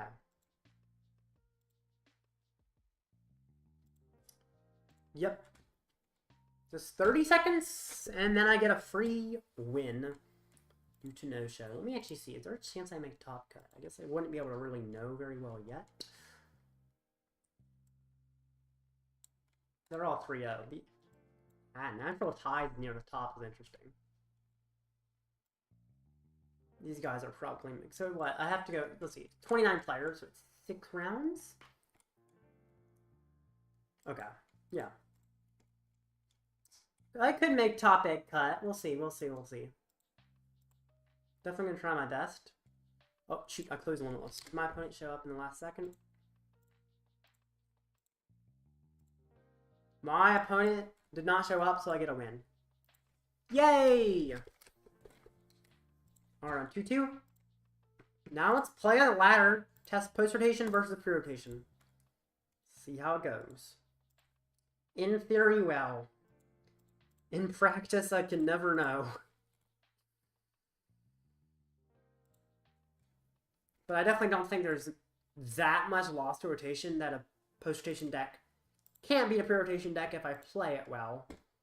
So, do I want to go first? I, in fact, do want to go first.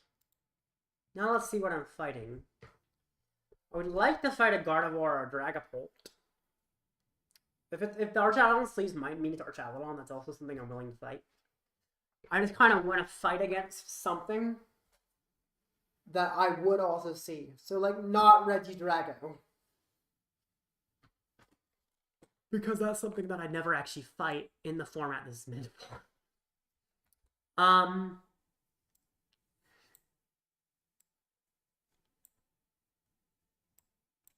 think I start with a Pidgey, generally, here. Okay, my opponent is picking a number, which is a weird way to phrase it. But starts with a Budew. That tells me very little, except that he can't attack immediately. So I guess actually telling me he can't attack immediately is not that little. Fan Rotom Budew? No. Duskull? Fan Rotom can give me, maybe I just get Hoothoot. Or Fan Rotom.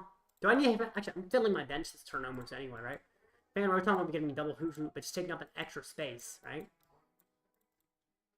So I don't even get it. Can you turn down the audio in there? Sorry, there's a loud TV. So hopefully it... Oh my goodness, that is very loud. Nest Ball for Terapagos. This seems fine. This will get me like Candy Pidgeot. Yeah, I have Candy Pidgeot, Candy Charizard. Cool. Yeah, that's... Let's see, he Budews me. Then I don't have Candy Pidgeot, Candy Charizard. Budew is kind of why I should play Charmeleon. Because I can't really evolve under Budew very easily. I do like that I can Noctowl under Budew, but I don't like that I can't evolve. Now I can power up Terapagos as an attacker under Budew as well. Fighting Lightning. Is Raging Bolt playing Budew? Because this sure looks... Wait, Zoroark? It's the energy type of a Raging Bolt, but it has Budew and Zoroark. No, don't have access to together, but how's the format felt for the 4 rounds you played so far? It's felt very similar. It does not feel very different. Also, are you going to Atlanta? I 100% am, Vixen. This is probably the deck I will be playing to Atlanta, which is exactly why I am testing this deck. Because I expect I will play this to Atlanta. Well, the Noctowl. So, I can't use items. So, did he squawk? He did, okay.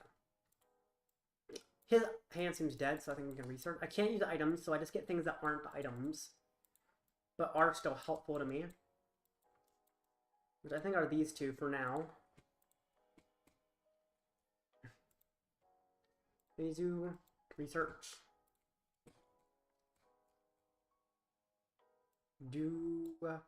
I would be happier if I had a fire energy for the Terapagos.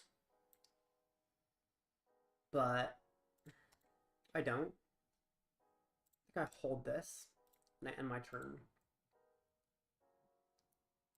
Be interesting to Noctowl and search out Turo to pick up the 2-prizer. Because I think he's playing Raging Bolt, and what I want to do generally is force the Raging Bolt to take the first prize. That would be nice. Can you turn it down? It's very, very hot. Okay. Had to walk away. It's very loud TV, and you probably hear it. Okay, he Budews again. So, powering this guy. Gonna snipe my Charmander? Can't even do much about that if he snipes my Charmander. Like, what do I even do? I don't have an attack available. I guess what I have to do here is just Iono and get a new hand, actually.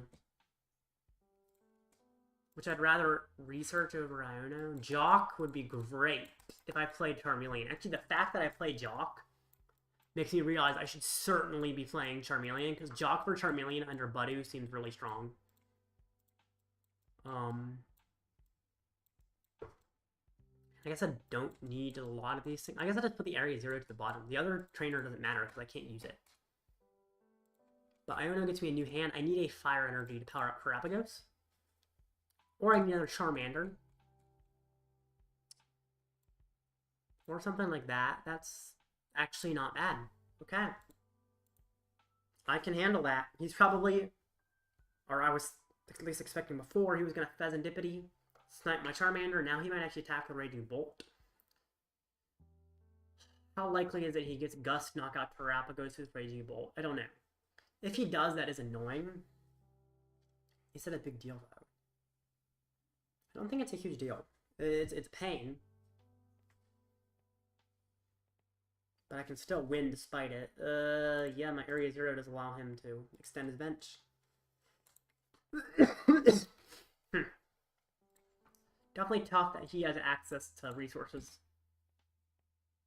that I don't. Although, to be fair, he hasn't really used any yet. All the cards he's used so far are rotation friendly. Bolt doesn't change that much. This is the ladder. Is he playing a rotation build on the ladder? Because he's playing Cycling Road over Pokestop, and he's probably playing a rotation build. Which is actually really funny. I might have actually gotten matched against another player trying to test for rotation, despite rotation not having happened. Because Pokestop's definitely the better stadium. But without it, Cycling Road does make sense. Very, very cool.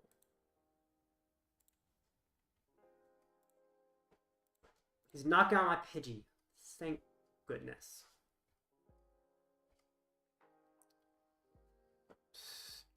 Let's see. 30, 69, I mean, I need another Area 0 if I want to do enough damage, so I probably bring up the Charmander. Have I set up Zard without using a Noctowl? Okay. Nest Ball? Because Terapagos can attack. I almost feel like just drawing more cards is optimal here.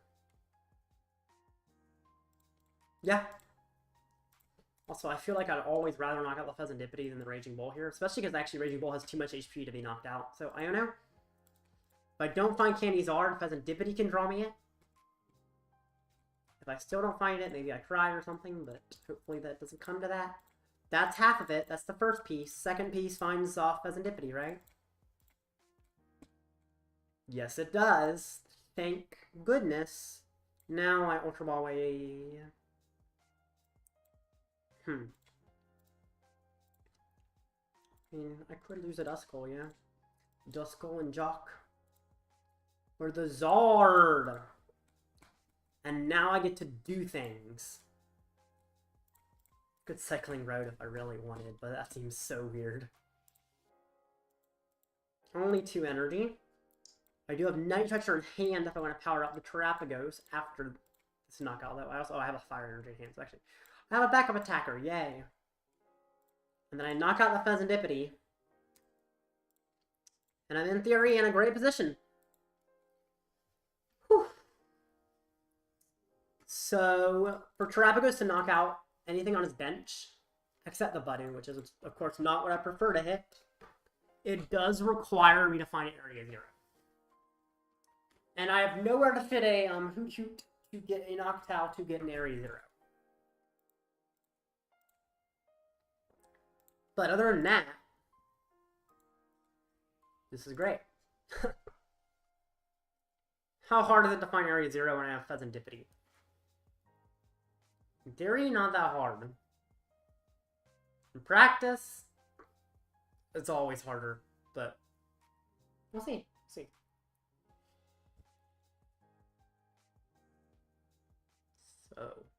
Burst Roar? Well, I say Burst Roar. Why do you Burst Roar? He needs one more energy, technically. What if he just misses the final energy, right? He's already... Oh, never mind. So he does have the KO. But in order to do that KO, he did have to discard a large amount of energy from his board. Which certainly makes me a lot happier.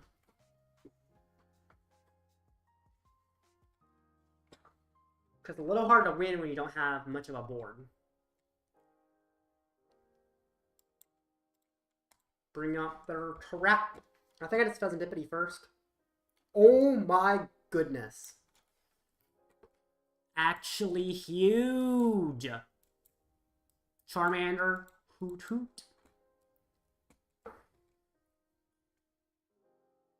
Probably do want a Fezandipiti. Maybe you should have done it before Poffin in case I draw some Pokemon, but that's okay. Budew, sure, you can go down. The more the merrier. Stretcher. Mander. I can raw in. Zard, fire. He can't even use his own Briar Reply to kill my Terapagos because Kill Mask can't kill my Terapagos. I just realized I'm doing 240 because I attack. That's actually interesting. I do 240 because I'm attacking with Fire Energy. I was always thinking, oh, Terapagos like does 220, but you don't use double turbo. It doesn't even exist anymore. So that means I'm actually always doing 240 with Terapagos attack, which is quite a bit better. And I think I sealed this game. So if he knocks me out, and Iono's me, I still have Fezandipiti, but I don't have guaranteed win. In order to knock me out, he does need more energy. He has 8 in the discard. Yeah. I'm surprised that I found a post-rotation list while trying to see what it would be like to test against a pre-rotation player, but... Guess the ladder is just unique. It's always unique. Oh. Oh. Okay. You. Leave you. Right? Yeah, leave you. You. Actually, wait a minute. Was that the way to go about it? Yes, it was. I was considering that getting rid of the Mandra was a mistake. And the reasoning that that could possibly... Oh, okay.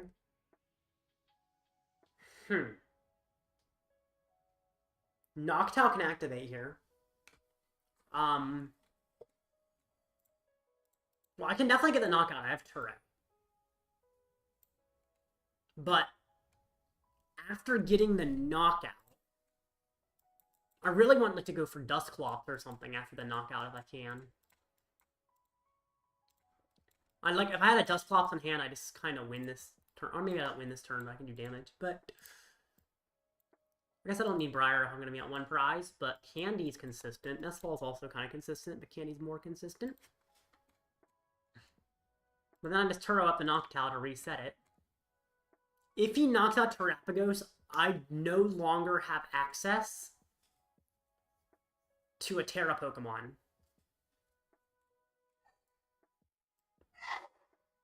But I also have game in hand.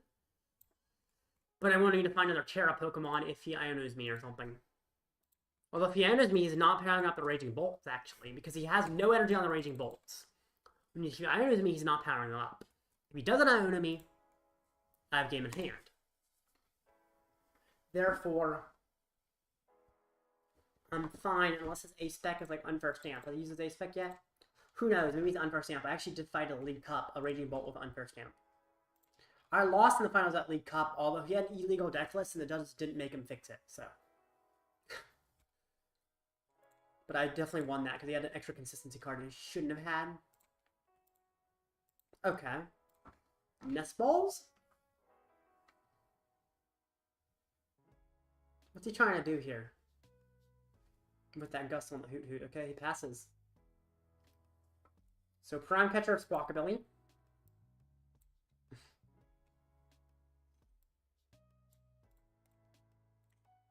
Candy Zard. Kill the Squawkabilly, win the game.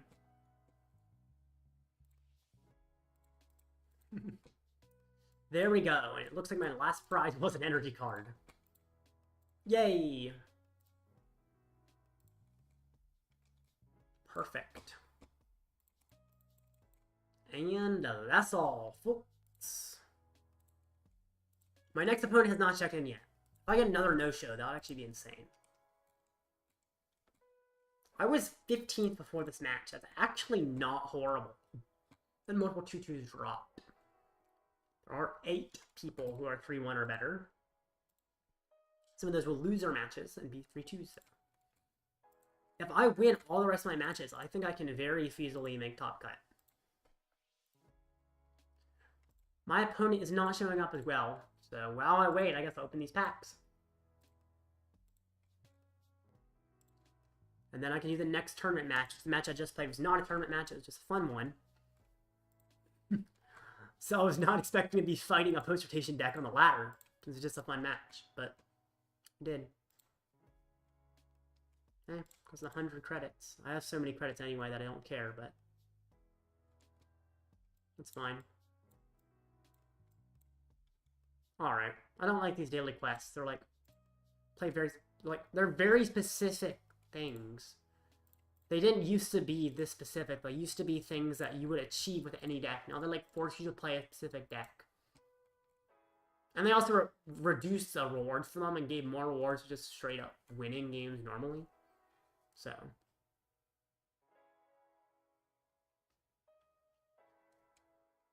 Alright.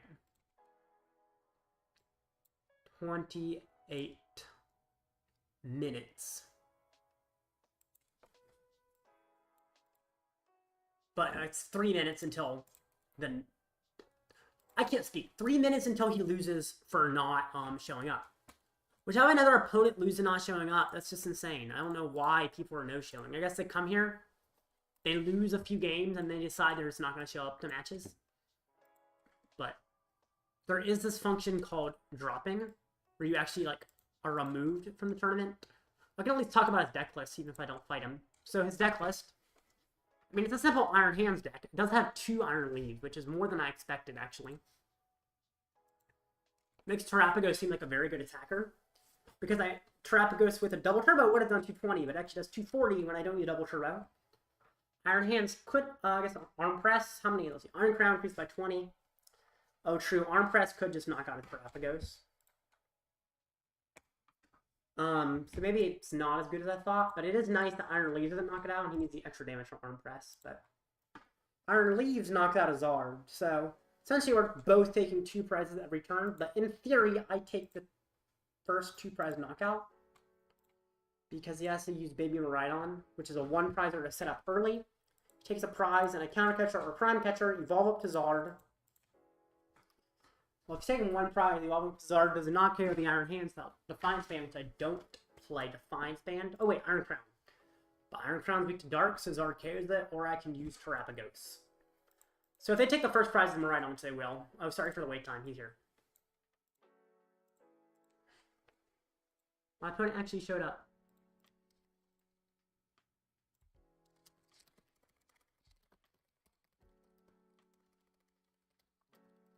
Okay. This should be a good matchup. Let's restart. My opponent did actually show up. I thought he wasn't, like my previous opponent, but he did, so I gotta play the matchup. More fun to play anyway. Okay.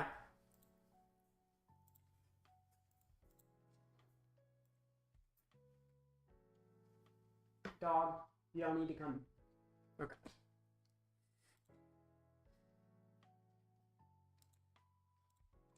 So, there we go. He sent the challenge.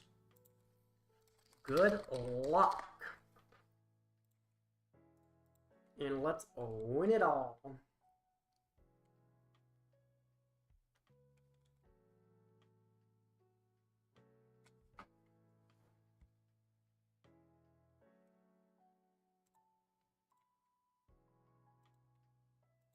The coin.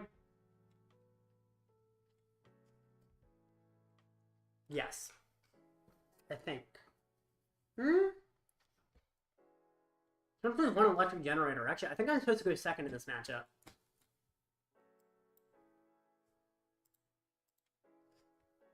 What?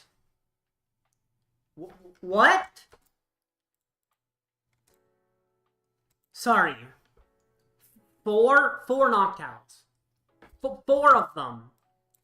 4 Noctowls. Sorry, what? 4...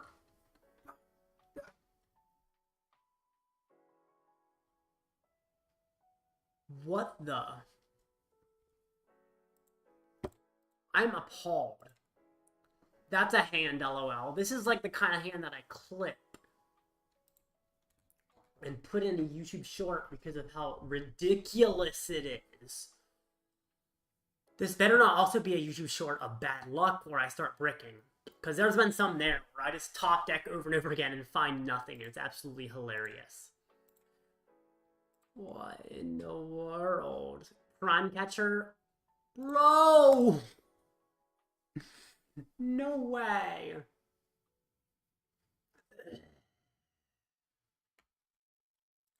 called peak acceleration, but that is not peak. Oh my.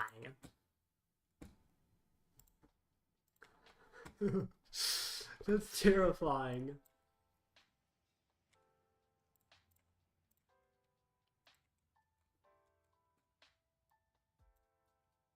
Uh.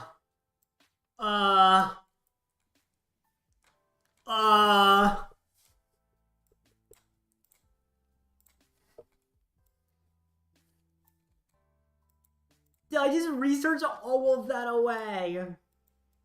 And I had no other choice, is what makes it even worse. At least this is still winnable. What the heck?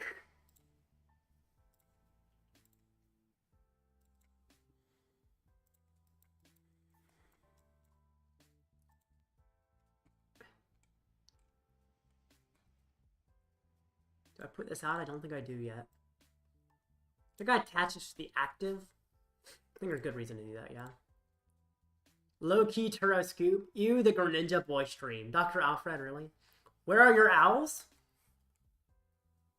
If you're wondering where my owls are, you should scroll back and see what my starting hand was. I top-decked a research and had to research away 4 owls because my starting hand had 4 owls. What?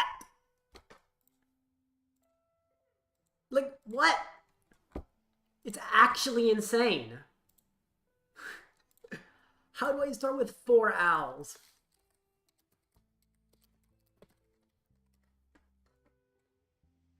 Oh my goodness. No, he didn't get the hands attack. Wait, actually?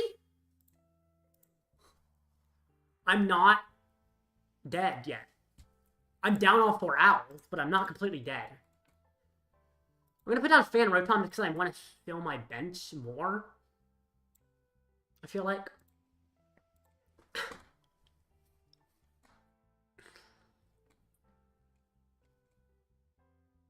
I mean, more Pokemon is more Pokemon, right? But I don't have an attack because I don't have more energy. I don't hate counter-catchering this guy, right? Yeah. It's gonna make it so he essentially needs to find a way to get out of the active. Could I actually, I'd go after Crown. I'd rather him attach the capsule to the Crown. Because Crown's kind of useless for him. Get another trap. Nest Ball for Fez, I guess? I mean, I can put as many 2 prizes in play as I want now. I don't have to care about how many prizes they give up. I can fill my entire bench and not care. Just fill her up. Hoothoot. I want an energy. If I had an energy, I'd actually get a knockout here, but I don't. I'm not gonna lie, watching his games, I mean, it looks like not want to play Zard in rotation doesn't look consistent. It is surprisingly inconsistent, honestly. Although it is a comeback deck as well. And I can early game Buddy. I'm not used to it as well. I'm not playing optimally. Definitely, if I were sequencing better, some of these games that seem like bad luck would have been better. But that's okay. I still think this is the BDIF, but could be wrong about that, for sure. Ant me very much.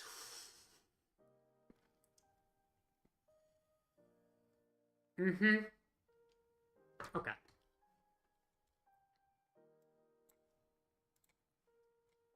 Okay. So. Okay.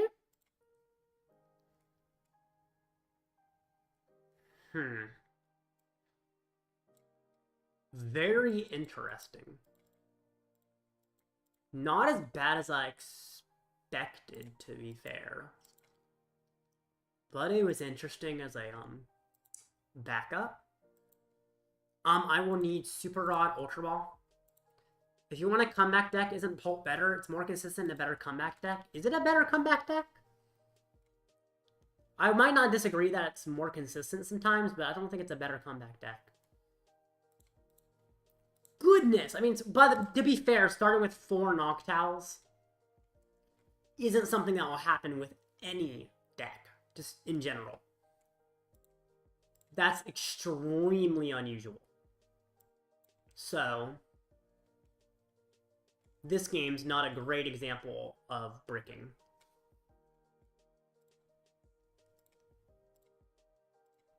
I gotta survive Amp, so this is my way to do it.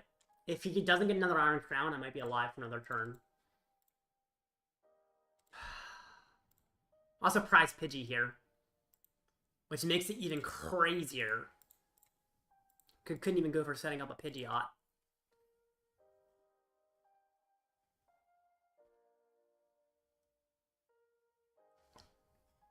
I am wishing that I had Prime Catcher Budew. I just didn't want to leave this guy alive with all the energy on him because I thought that would be so scary. Oh. I think he kills Fez, right? Wait, actually. 160, 180, 200. He doesn't kill Fez without another crown.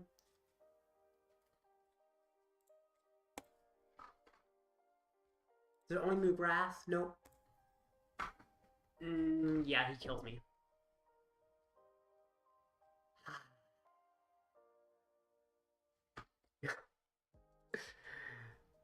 Yeah, this is less consistent than I expected. You really wouldn't want Pidgeot though, since it's a free amp for this deck. I mean, yes, but at the same time, I have 4 Noctowls in the discard, so I can't do anything. I'm just disrupting him, hoping he doesn't find Gusts anyway, so. That was...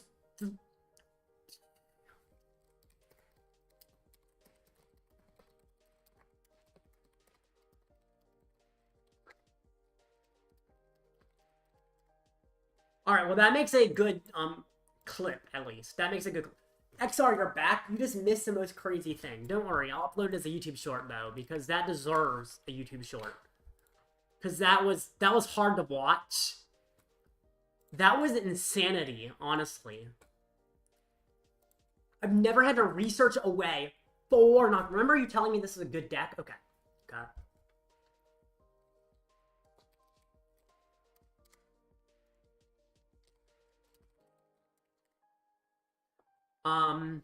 I do think it's a good deck. So, round 1, I lost to my own fault. Round 2, I lost because I don't play enough Night Stretchers on my list. So actually, the deck list I played specifically was less consistent. And then round 5, I mean, I guess round 5, no matter my list, that was just awful. But that's also statistical anomaly to start with 4 Noctowl. Such a statistical anomaly that I think that's something that's more a Pokemon Live thing. I think that's more likely on Pokemon Live because I know its RNG is skewed at least some. I don't think it's enough to make a huge difference most of the time. But something like that seems like live. What rating is this? It's actually not on the ladder. It's an online tournament that I'm playing in. I'm considering dropping from the online tournament, but I might actually play another round since I got an audience. So yeah, I'll play another round.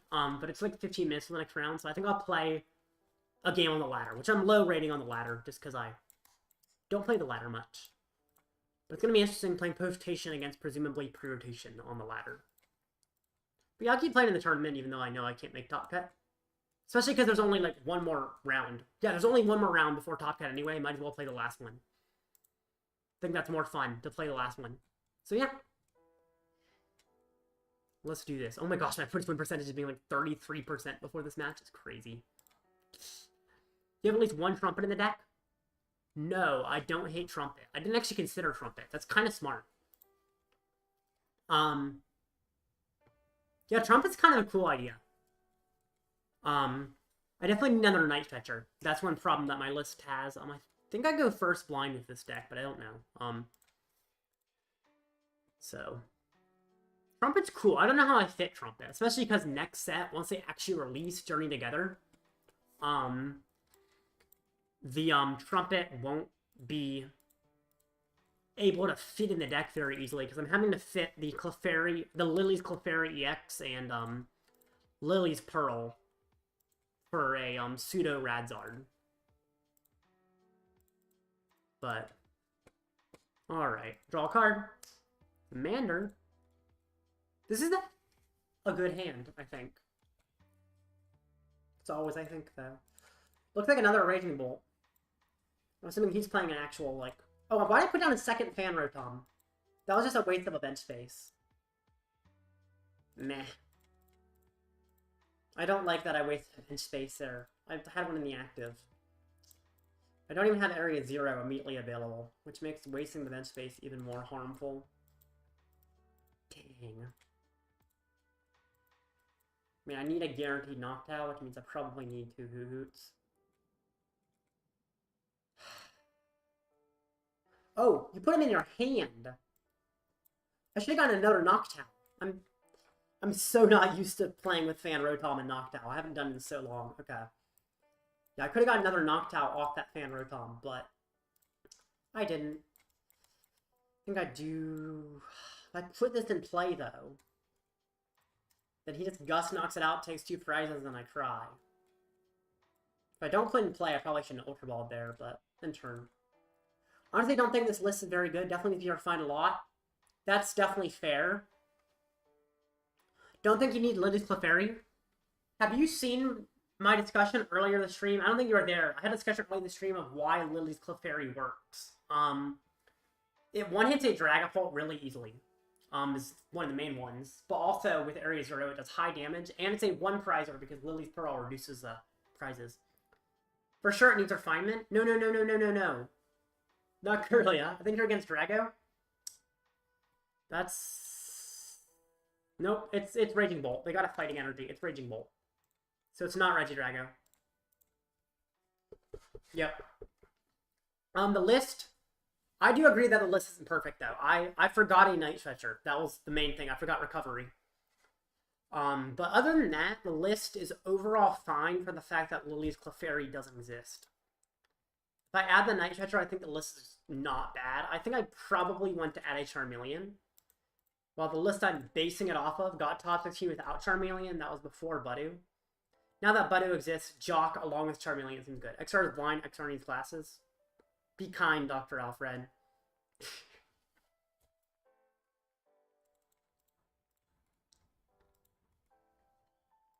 Kindness is important, sir. Alright, Nest Ball. For Radiant Greninja, I still don't know why they changed the Radiance to be like that. My goodness, that hurts my eyes. By the way, this is a pre-rotation list because it has Radiant Greninja. That's the biggest loss to Raging Bolt with rotation. Is Radiant Greninja, and it is actually quite a huge loss. Catcher. Tails. Yay. We love Catcher Tails. Catcher. Tails. Aww.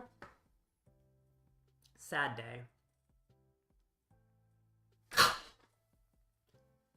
And this is where my mistake becomes a bigger problem, because I could have fit another Charmander on the bench if I had not put down another Fan Rotom. Although, to be fair, I guess there's no easy way to search a Charmander because I'm having an Ultra Ball for Terapagos. So I guess either way, I probably don't have the Charmander. Okay, so what can I do now? I guess it's like a counter catcher Budew turn, right? Yeah, that's probably what I do. The good thing is he's only taking 1 prize here. Actually, I said that during Ninja's turn, there was no actually evidence of either deck. In the spirit of the game, I don't actually make mistakes because I can't see. Well, it was during my turn, so there was no way for him to know yet. He was just making kind of an educated assumption. So I can't fault him for that. Pokestop's a mistake, right? Mistake away. Ooh, my!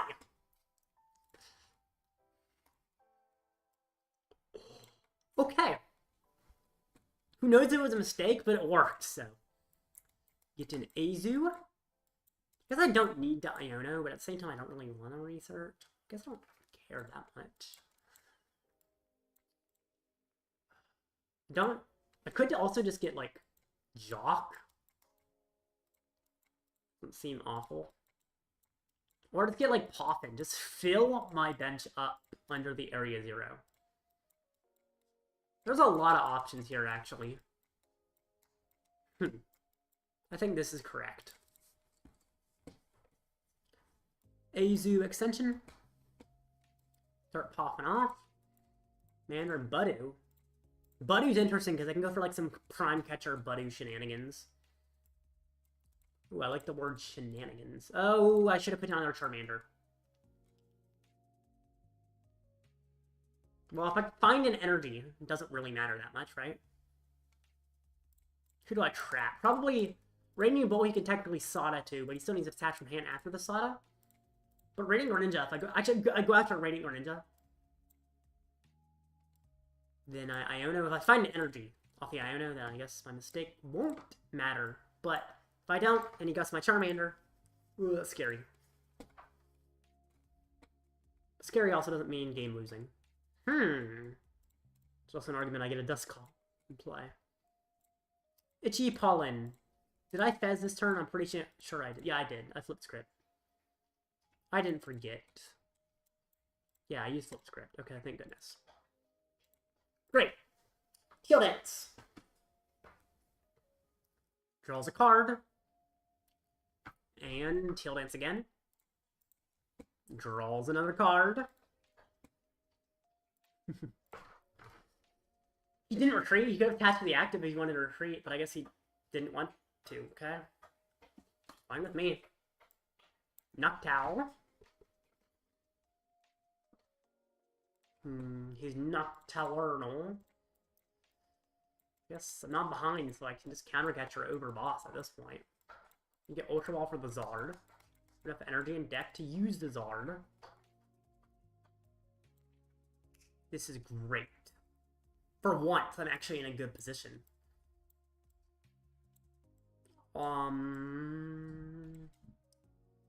Plops. Skull? No.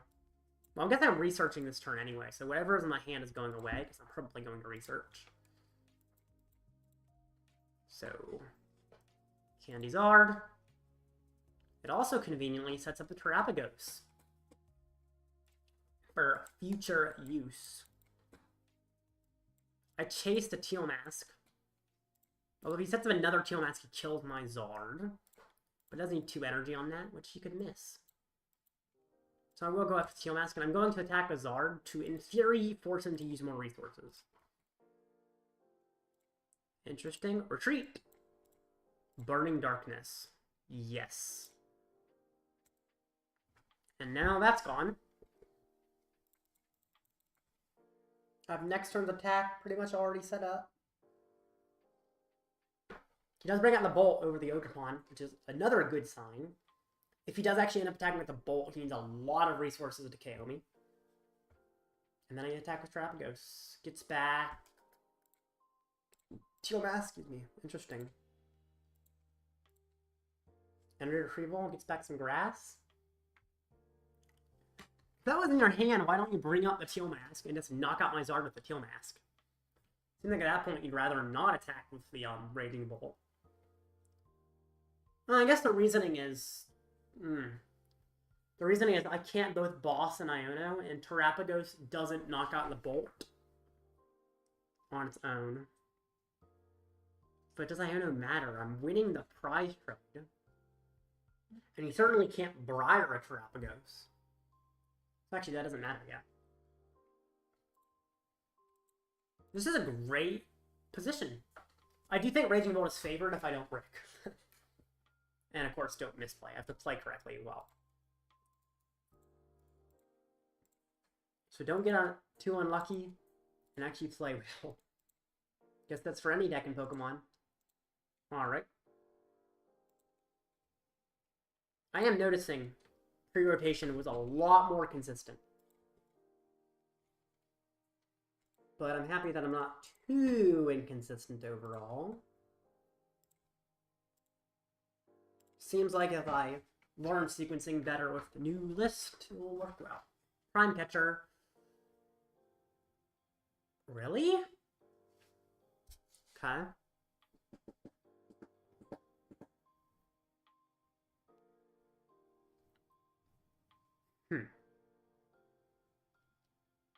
Okay, it does not deactivate my Area 0.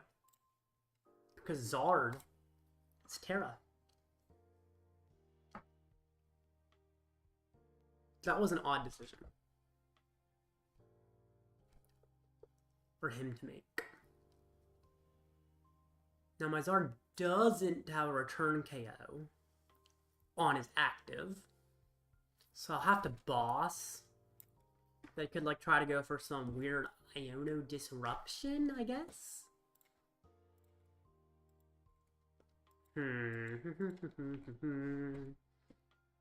Boss the other bolt. Might as well Fez, just get an even bigger hand. Night Stretcher's interesting. Don't think it's particularly relevant in any way. At least not yet. But I do expect it will have some relevance soon. Take my 2 prizes. Okay. Brings up a new guy. It's the Bolt, as expected. He has to Iono me. He has to. Retrieval. If he just KOs without Ionoing, it doesn't do anything for him. Nest Ball. Okay. Tail Dance attached, and he has KO, and then he has to Iono me.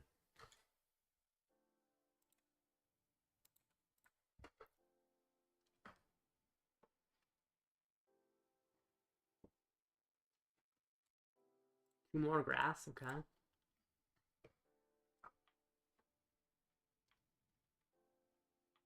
Okay, Tail Dance. Next match is starting very soon, so I gotta finish this pretty quick. Tail Dance. Tail Dance. Goodness.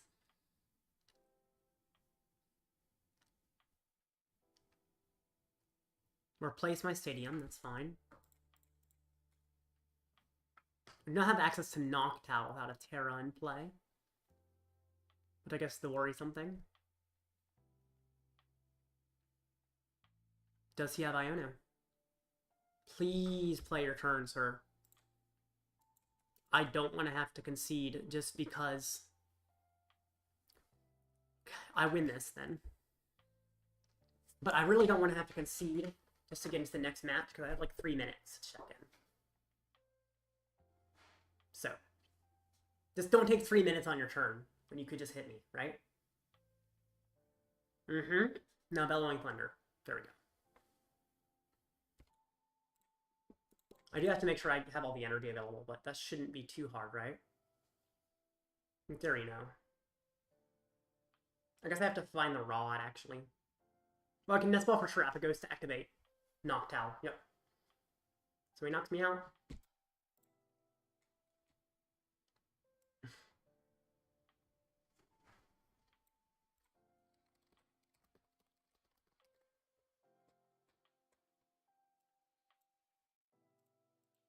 This is Zard in deck. How many energy are in deck? 1. Can't use Zard. Infernal Rain.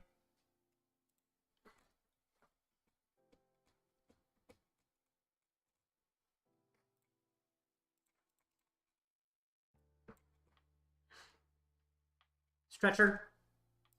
4. Fire. Attach. And he concedes. Okay. Let's do this. I need to accept the challenge from Sky. Continue, continue. Accept his request.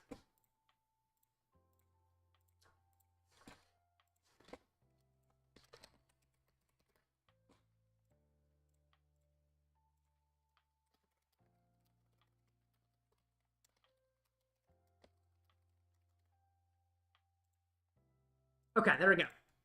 That's a challenge. Good luck to him. There we go. Barely had time to get in that tournament match. Okay.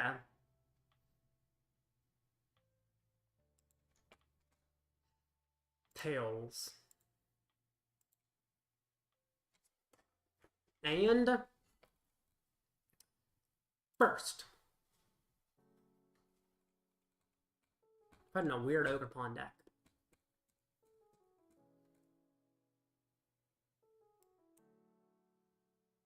Okay.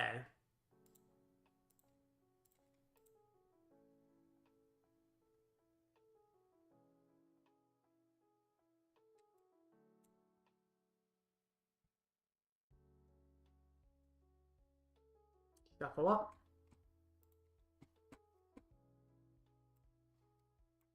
Okay. Not a bad start. Fan call, get a little set up. Actually, with this hand a lot set up, most likely.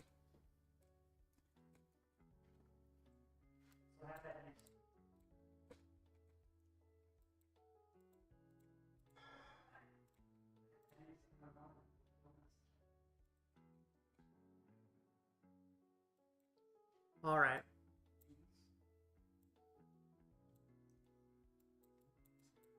Nest Ball for Terapagos.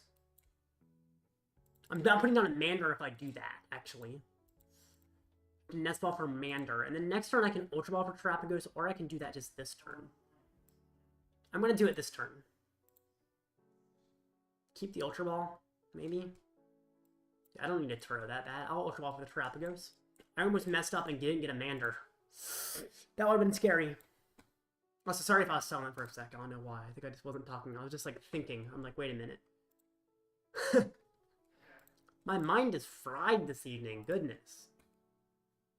Okay, Chill Dance. By the way, his list...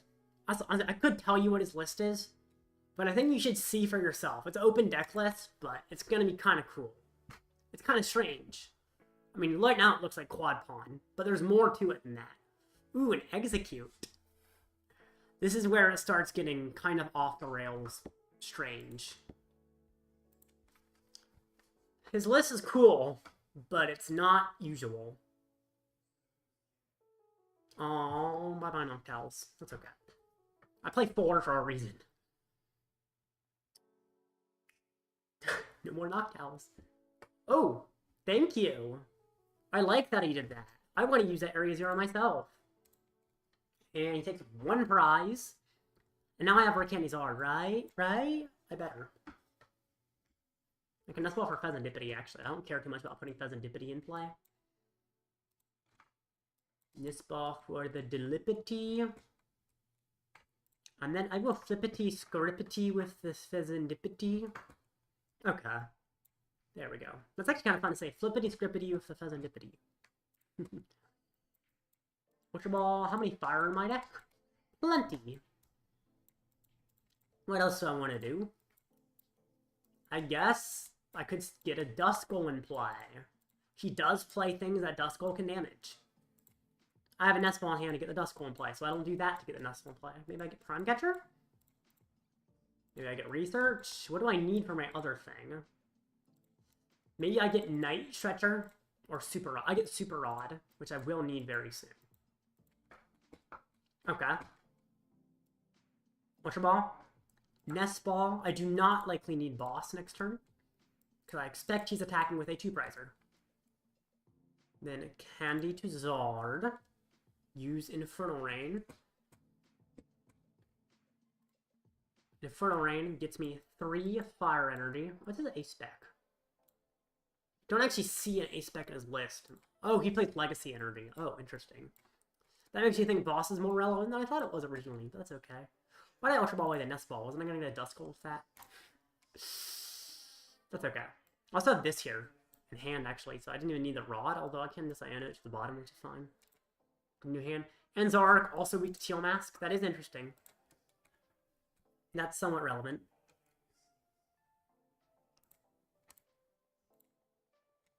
Terapagos. Do I just keep this hand? Like, I don't... Yeah, I just think I keep the hand the same. Does my opponent play Briar? He does not, it looks like. Briar? Let's see. My opponent does not, in fact, play Briar. It's nowhere in his list. I just searched for it. Very interesting. So, is he going to put down any of the cool stuff? You saw him reveal the Execute, but that's not enough to see the whack stuff in his deck. Which there's a surprising amount of. I mean, I guess really the main thing is the Execute line, the Executor. But it's definitely interesting to play extra energy types to power up an Executor. Cool. But kind of strange.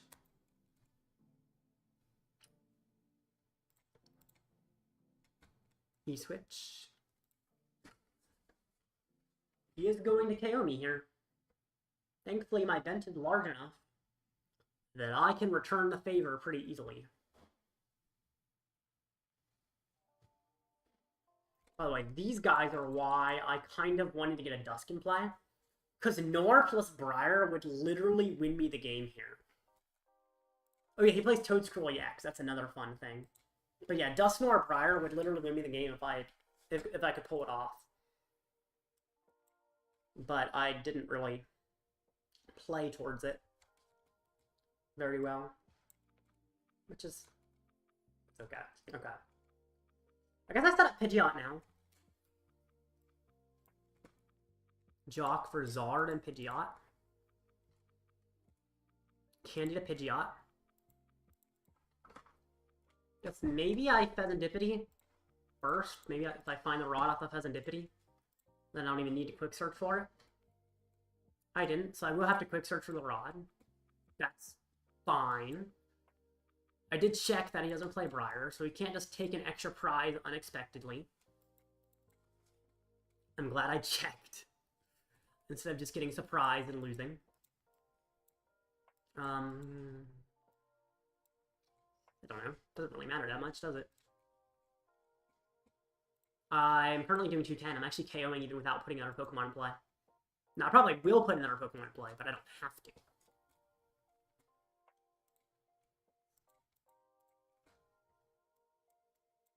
Which I guess is a nice luxury. In fact, when I have this hand, the Ultra Ball could easily give me a Noctowl. I actually don't think I never put another Pokemon in play. I just Unified Beatdown for the knockout. Iono KO Bump Stadium is good. It's not terrible. But I'd rather just keep, like, a guaranteed consistent hand. Because I'm winning the prize trade. I know his deck list does not play Briar. Now, if this was blind, I'll be like, okay, maybe he plays Briar and that will cause me an issue. Which Briar would be problematic. In fact, Briar would probably lose me the game. Although, to be fair, if he was going for a Briar play, I would not have attached a Zard in expectation of Briar KO. Actually, is Toedscruel EX Terra? It is not Terra. So if he was going for a Briar play, I'd probably work on setting up another Terapagos. But I know he doesn't play Briar, so I don't have to worry about that. Which definitely is a very, very good thing. Teal Dance. How much HP does Toedscruel have? 270? Okay, 270 is really easy to KO. He does not play anywhere to take multiple knockouts, to my knowledge.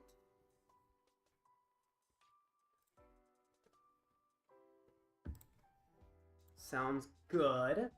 He bosses? Okay. So he's forcing me to find my own boss's orders. I probably should have put my Charmander from my hand onto the bench to prevent that. I don't know why I didn't. That was a little silly, actually. But it made it a little bit easier. Now, it's still not that difficult. But yeah, putting Charmander on the bench would have been the intelligent thing to do. Wait. For each bench Pokemon having Grass Energy attached. 20 damage total. If you need another Grass Energy or my Zard survives. Now, you play 10 Grass Energy. No way!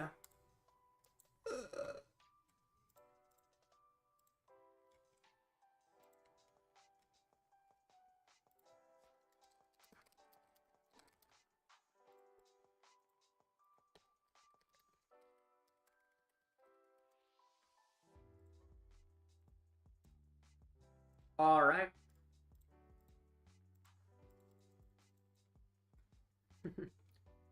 I ended 3-3.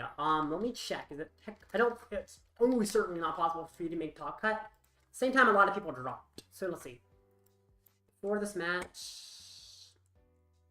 Let's see. Okay, pairings. That's how I check. 1, 2, 3, 4, 5, 6, 7. Oh my gosh. A 3-3 can actually make top 8 cut, it looks like, right? 1, 2. No, wait. There's 2 4-2s here. 1, 2, 3, 4, 5, 6, 7, 8. Yeah, I can't make cut. 1, 2, 3, 4, 5, 6, 7. Yeah, okay. Sadly, I cannot make top cut, but that's okay. I can make top 16 and stuff, and I enjoyed it. Hope y'all enjoyed this too. They do these tournaments every week, I think, so I'll probably be streaming it.